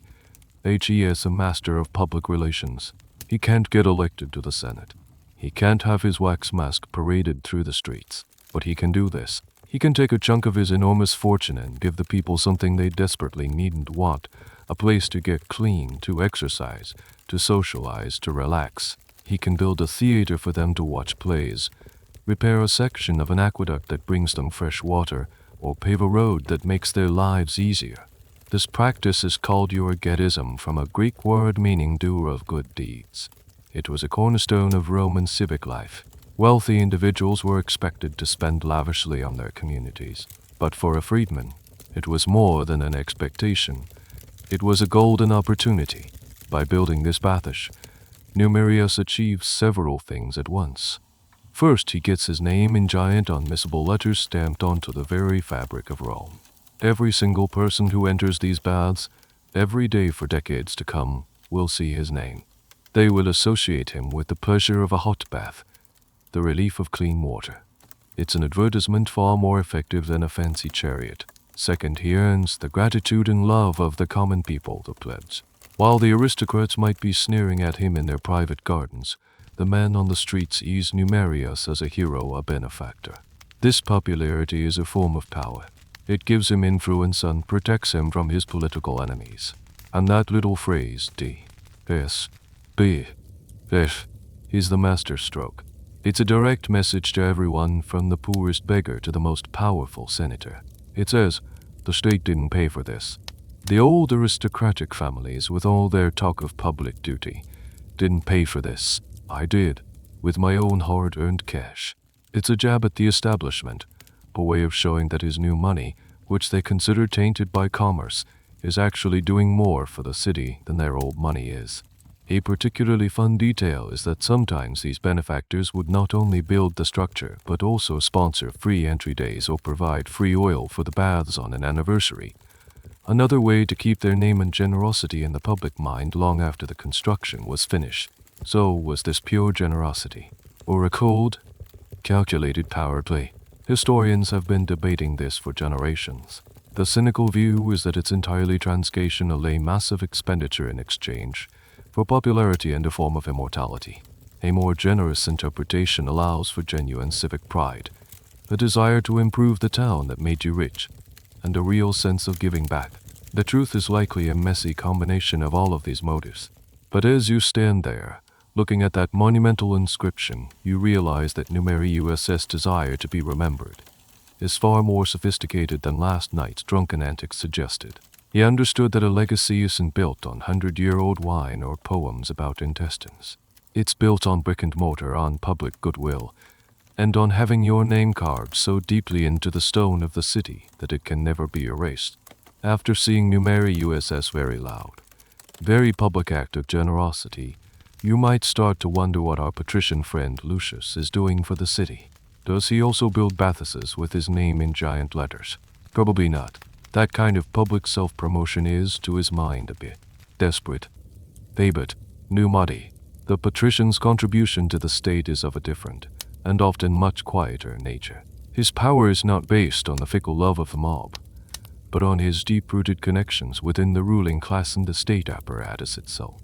His acts of benefaction are often less visible, more strategic, and wrapped in the language of duty rather than personal glory.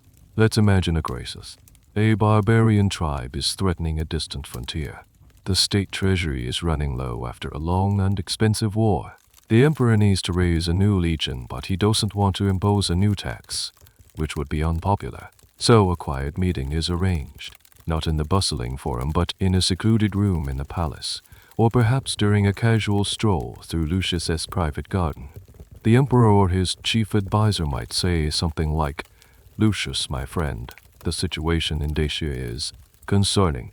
The strength of the Republic requires a firm hand." He doesn't need to say more. Lucius understands the subtext. He will nod gravely and reply, "The security of the Empire is, of course, our highest priority. The Cornelii have always stood ready to serve." A few days later, a massive anonymous donation finds its way into the military treasury, enough to recruit, equip, and pay for 5,000 soldiers for a year. There is no monumental inscription. There is no D.S. The general public will never know that Lucius Cornelius Scipio personally funded an entire legion. But everyone who matters, the emperor, the other senators, the military high command, they will know. This is a patrician power move. It's not about winning popular acclaim. It's about accumulating political capital with the people who actually run the world. It's a quiet investment in the system that guarantees his family's continued prominence. His reward is not the roar of the crowd, but a favorable ruling in a land dispute, a prestigious governorship for his son, or the emperor's ear on a key policy decision. It's an insider's game. Even when they do engage in public building, the style is different. A patrician family might have a long-standing hereditary responsibility for the upkeep of a particular temple or public building, like the Basilica Aemilia in the Forum, which was built and rebuilt over centuries by the Aemilius family. When they repaired it, the inscription would emphasize the continuity of their family's duty, not just a single individual's generosity. It was about reinforcing their historic role as custodians of Rome, not as flashy newcomers. And then there's the most subtle form of influence, the whisper in the right ear.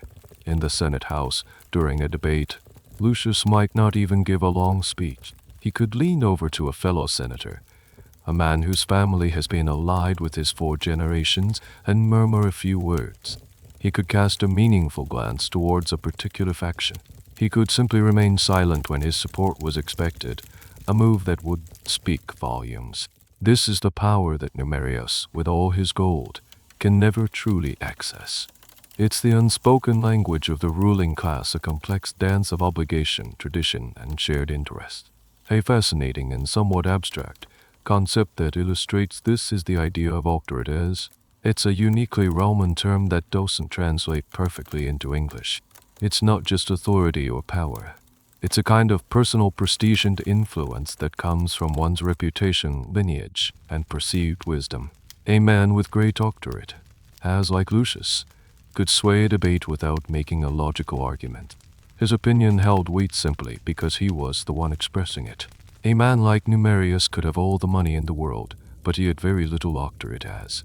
He could buy obedience, but he couldn't command effortless respect. Whether this quiet, Insider dealing was more or less beneficial to Rome than the freedman's flashy public works is a question historians love to chew on. The public certainly got more direct, tangible benefits from Numeri USS Bathish, but Lucius' legion might have saved a province from invasion. One is a shotgun blast of popular goodwill, the other is a sniper's shot of political influence.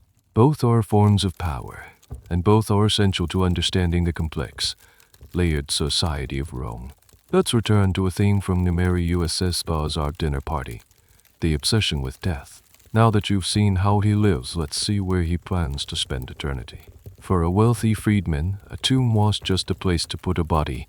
It was the final, permanent, and most personal billboard of his success. It was his last chance to tell his story, and he was going to make sure it was a story that could be read from the road. You take a walk out of the city gates, along one of the main roads like the Via Appia. Roman law forbade burials within the city's sacred boundaries, so the roads leading out of Rome were lined with tombs, creating a kind of suburban city of the dead. And it's here, competing for the attention of every traveler, that the war between old and new money plays out in its final, stony form. You can spot Numeri USS future resting place from a quarter of a mile away. It's huge, it's elaborate, and it's right by the road. Location was everything. A prime spot on a busy road was expensive, but it guaranteed a constant stream of viewers for your posthumous propaganda. The tomb itself is an architectural Frankenstein-esque monster. It might be a towering, multi-story structure shaped like a house or a temple.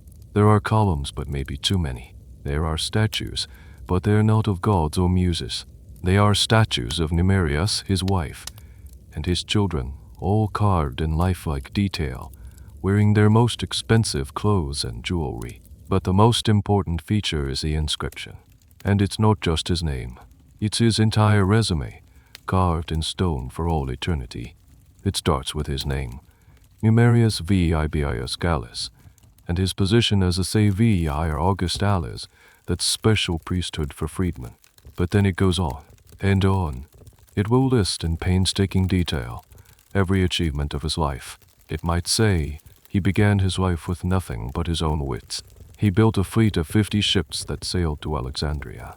He owned 37 properties within the city of Rome. He was the first in this town to serve a whole wild boar stuffed with live thrushes at a dinner party. Yes, they would sometimes include details that specific and seemingly trivial. A particularly famous dinner party trick was a point of pride worth immortalizing in stone. The inscription is a narrative, a Horatio Alger's story for the ancient world. It's a direct address to you, the passerby. It says, "Stop, read this, be amazed." It's the ultimate defense against the anonymity of his origins. Since he couldn't list his ancestors, he listed his assets. And then there's the art.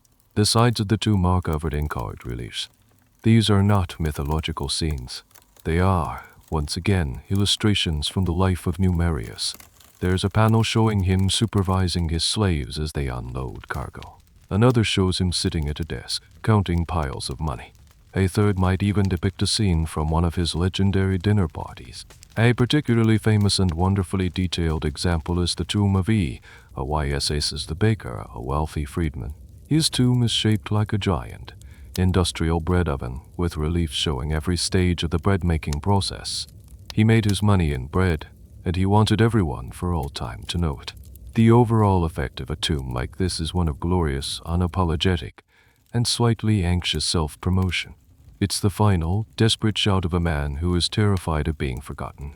He knows the patricians might mock it as vulgar. He doesn't care. The patricians are not his intended audience. His audience is the future. It's a message in a stone bottle, thrown into the river of time, telling a story not of where he came from, but of what he built. The academic debate here is on the tone. Are these tombs purely boastful?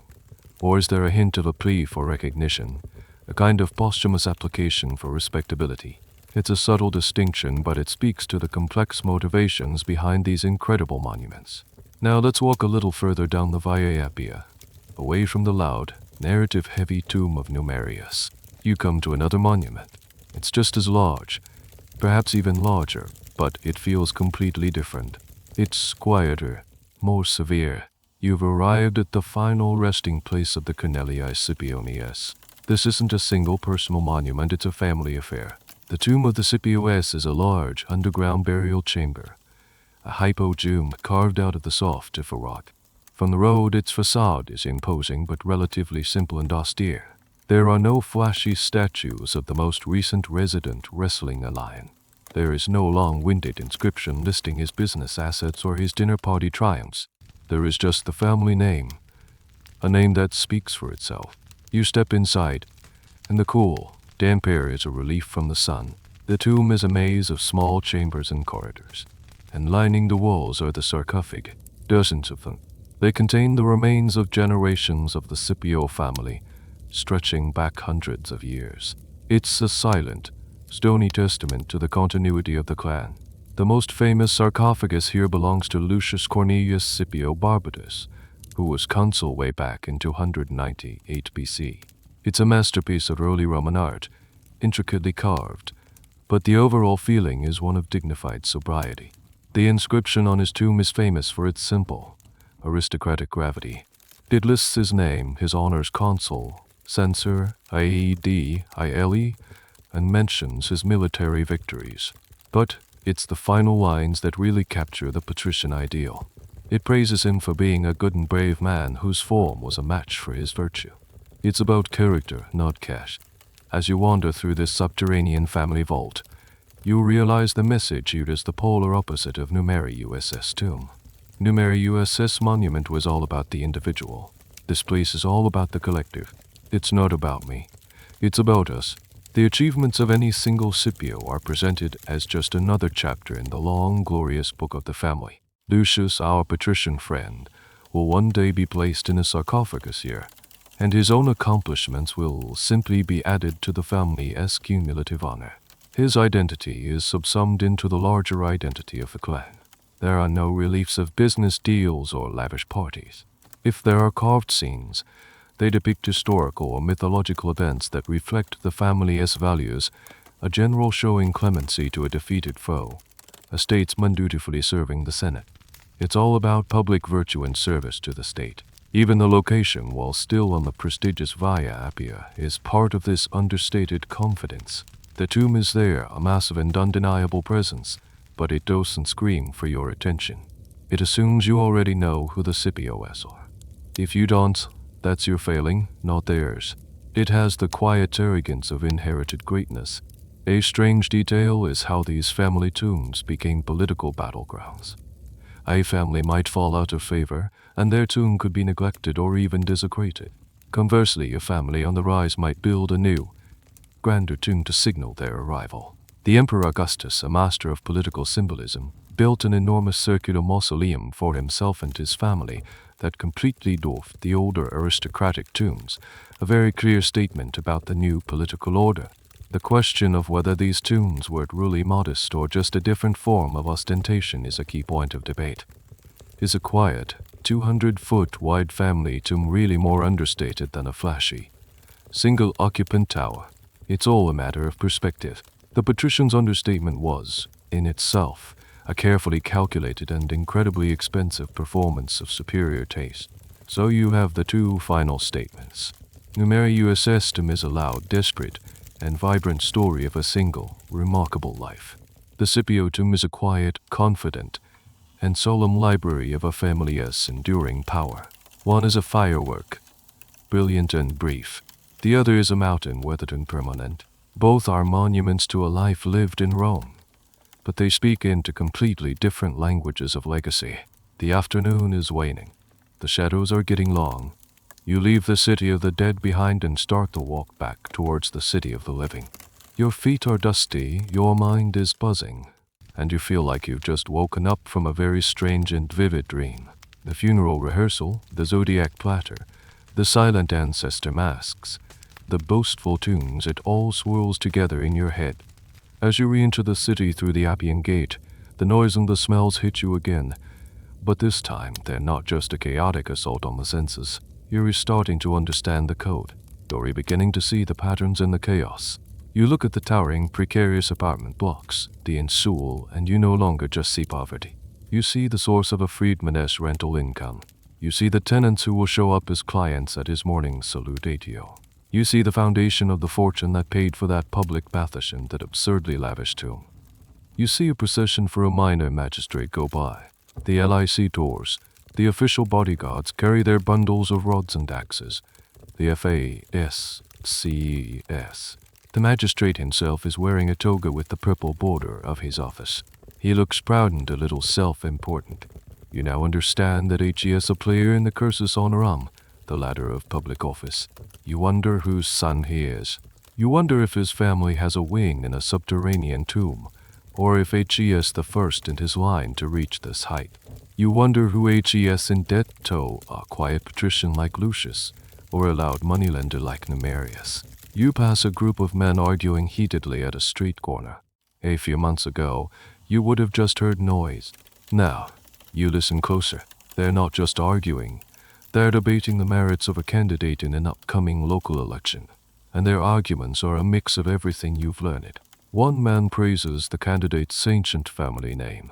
Another scoffs and points out that his rival is the one who paid to have this very street repaved. You are hearing in real time the clash between inherited prestige and practical benefaction. The city is no longer a confusing puzzle. It's a living, breathing organism, and you're starting to see how its different parts connect. The quiet luxury of the Palatine Hill is funded by vast agricultural estates worked by slaves, but it's also propped up by secret investments in the very commerce it disdains. The flashy, noisy wealth of the commercial districts is a direct challenge to the old order. A vibrant, chaotic energy that is simultaneously mocked by the elite and essential to the city's economic life. You think back to the dinner party. It was in many ways a microcosm of Rome itself. It was a place of rigid hierarchy, but also of surprising social fluidity. A place of high-minded ideals and low, vulgar realities. A place where a man could be a former slave one day and the host of a spectacular, if ridiculous, banquet the next. One of the most profound things you've come to understand is the sheer ambition that pulses through the city's veins. It's not just the freedman's desperate climb. It's the patrician's anxious struggle to maintain his family's position, to live up to the expectations of his dead ancestors. Everyone is performing. Everyone is striving.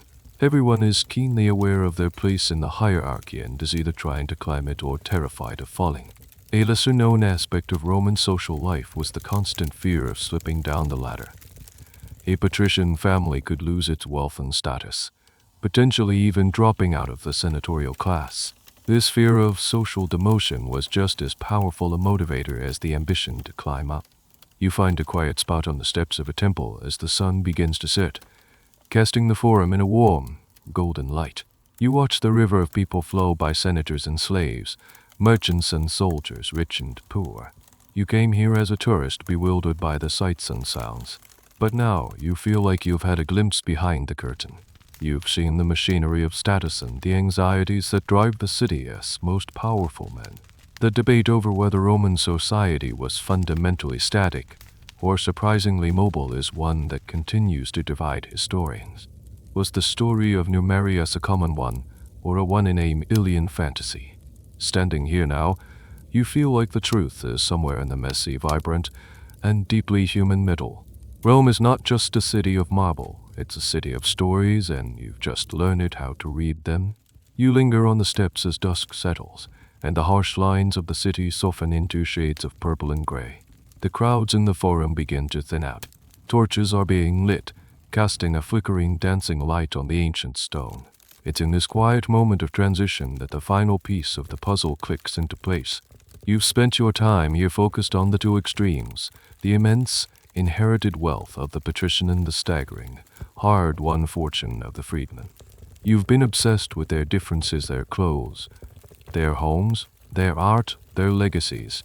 But now, in the quiet of the evening, you realize you've been looking at the wrong currency.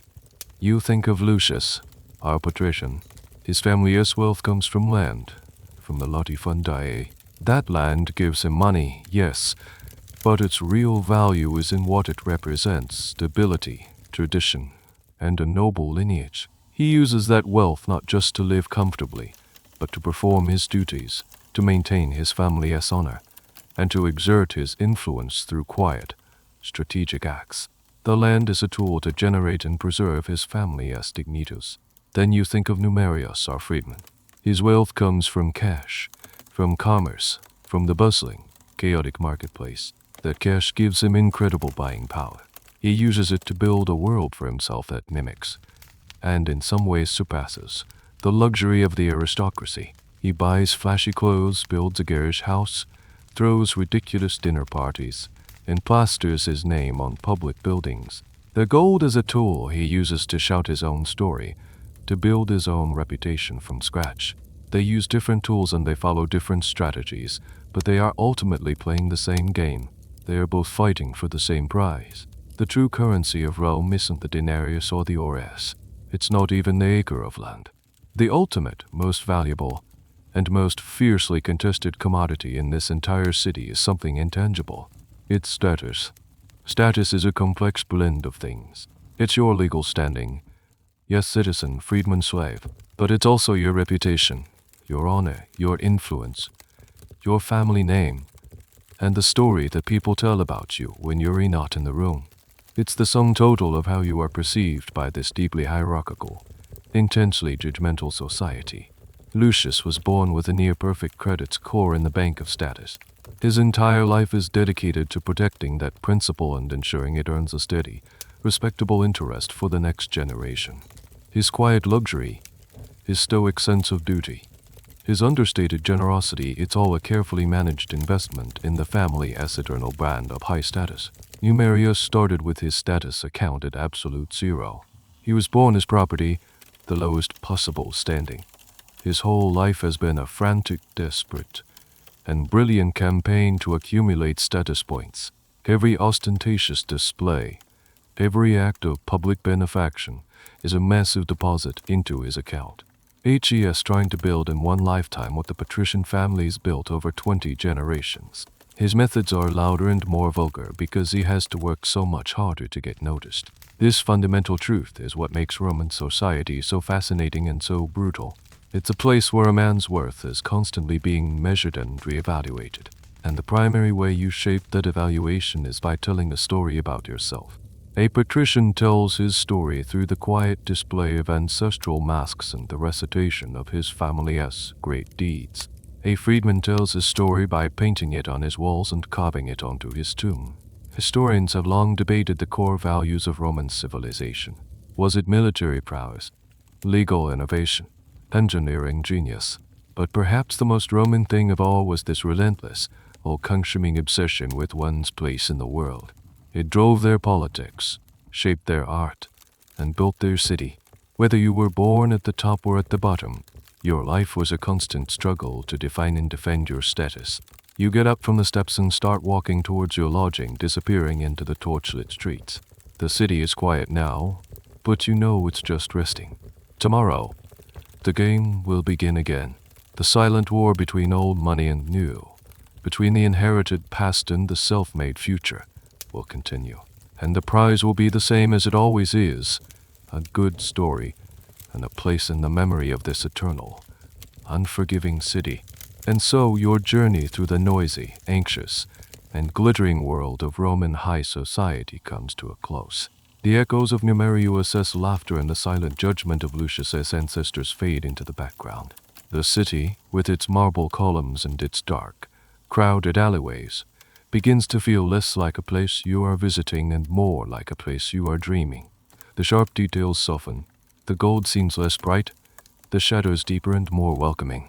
You can feel the weight of your own day, the gentle pull towards rest, the endless striving of these ancient lives, their desperate need to be seen and remembered. All of it dissolves into the soft hum of the night. There is no more need to impress, no more need to climb. There is only the quiet, steady rhythm of your own breathing, a peaceful counterpoint to the distant, sweeping pulse of a city that has long since turned to dust and memory. Let the stories settle, let the characters fade. The night is here now, and it asks nothing of you but to close your eyes and drift.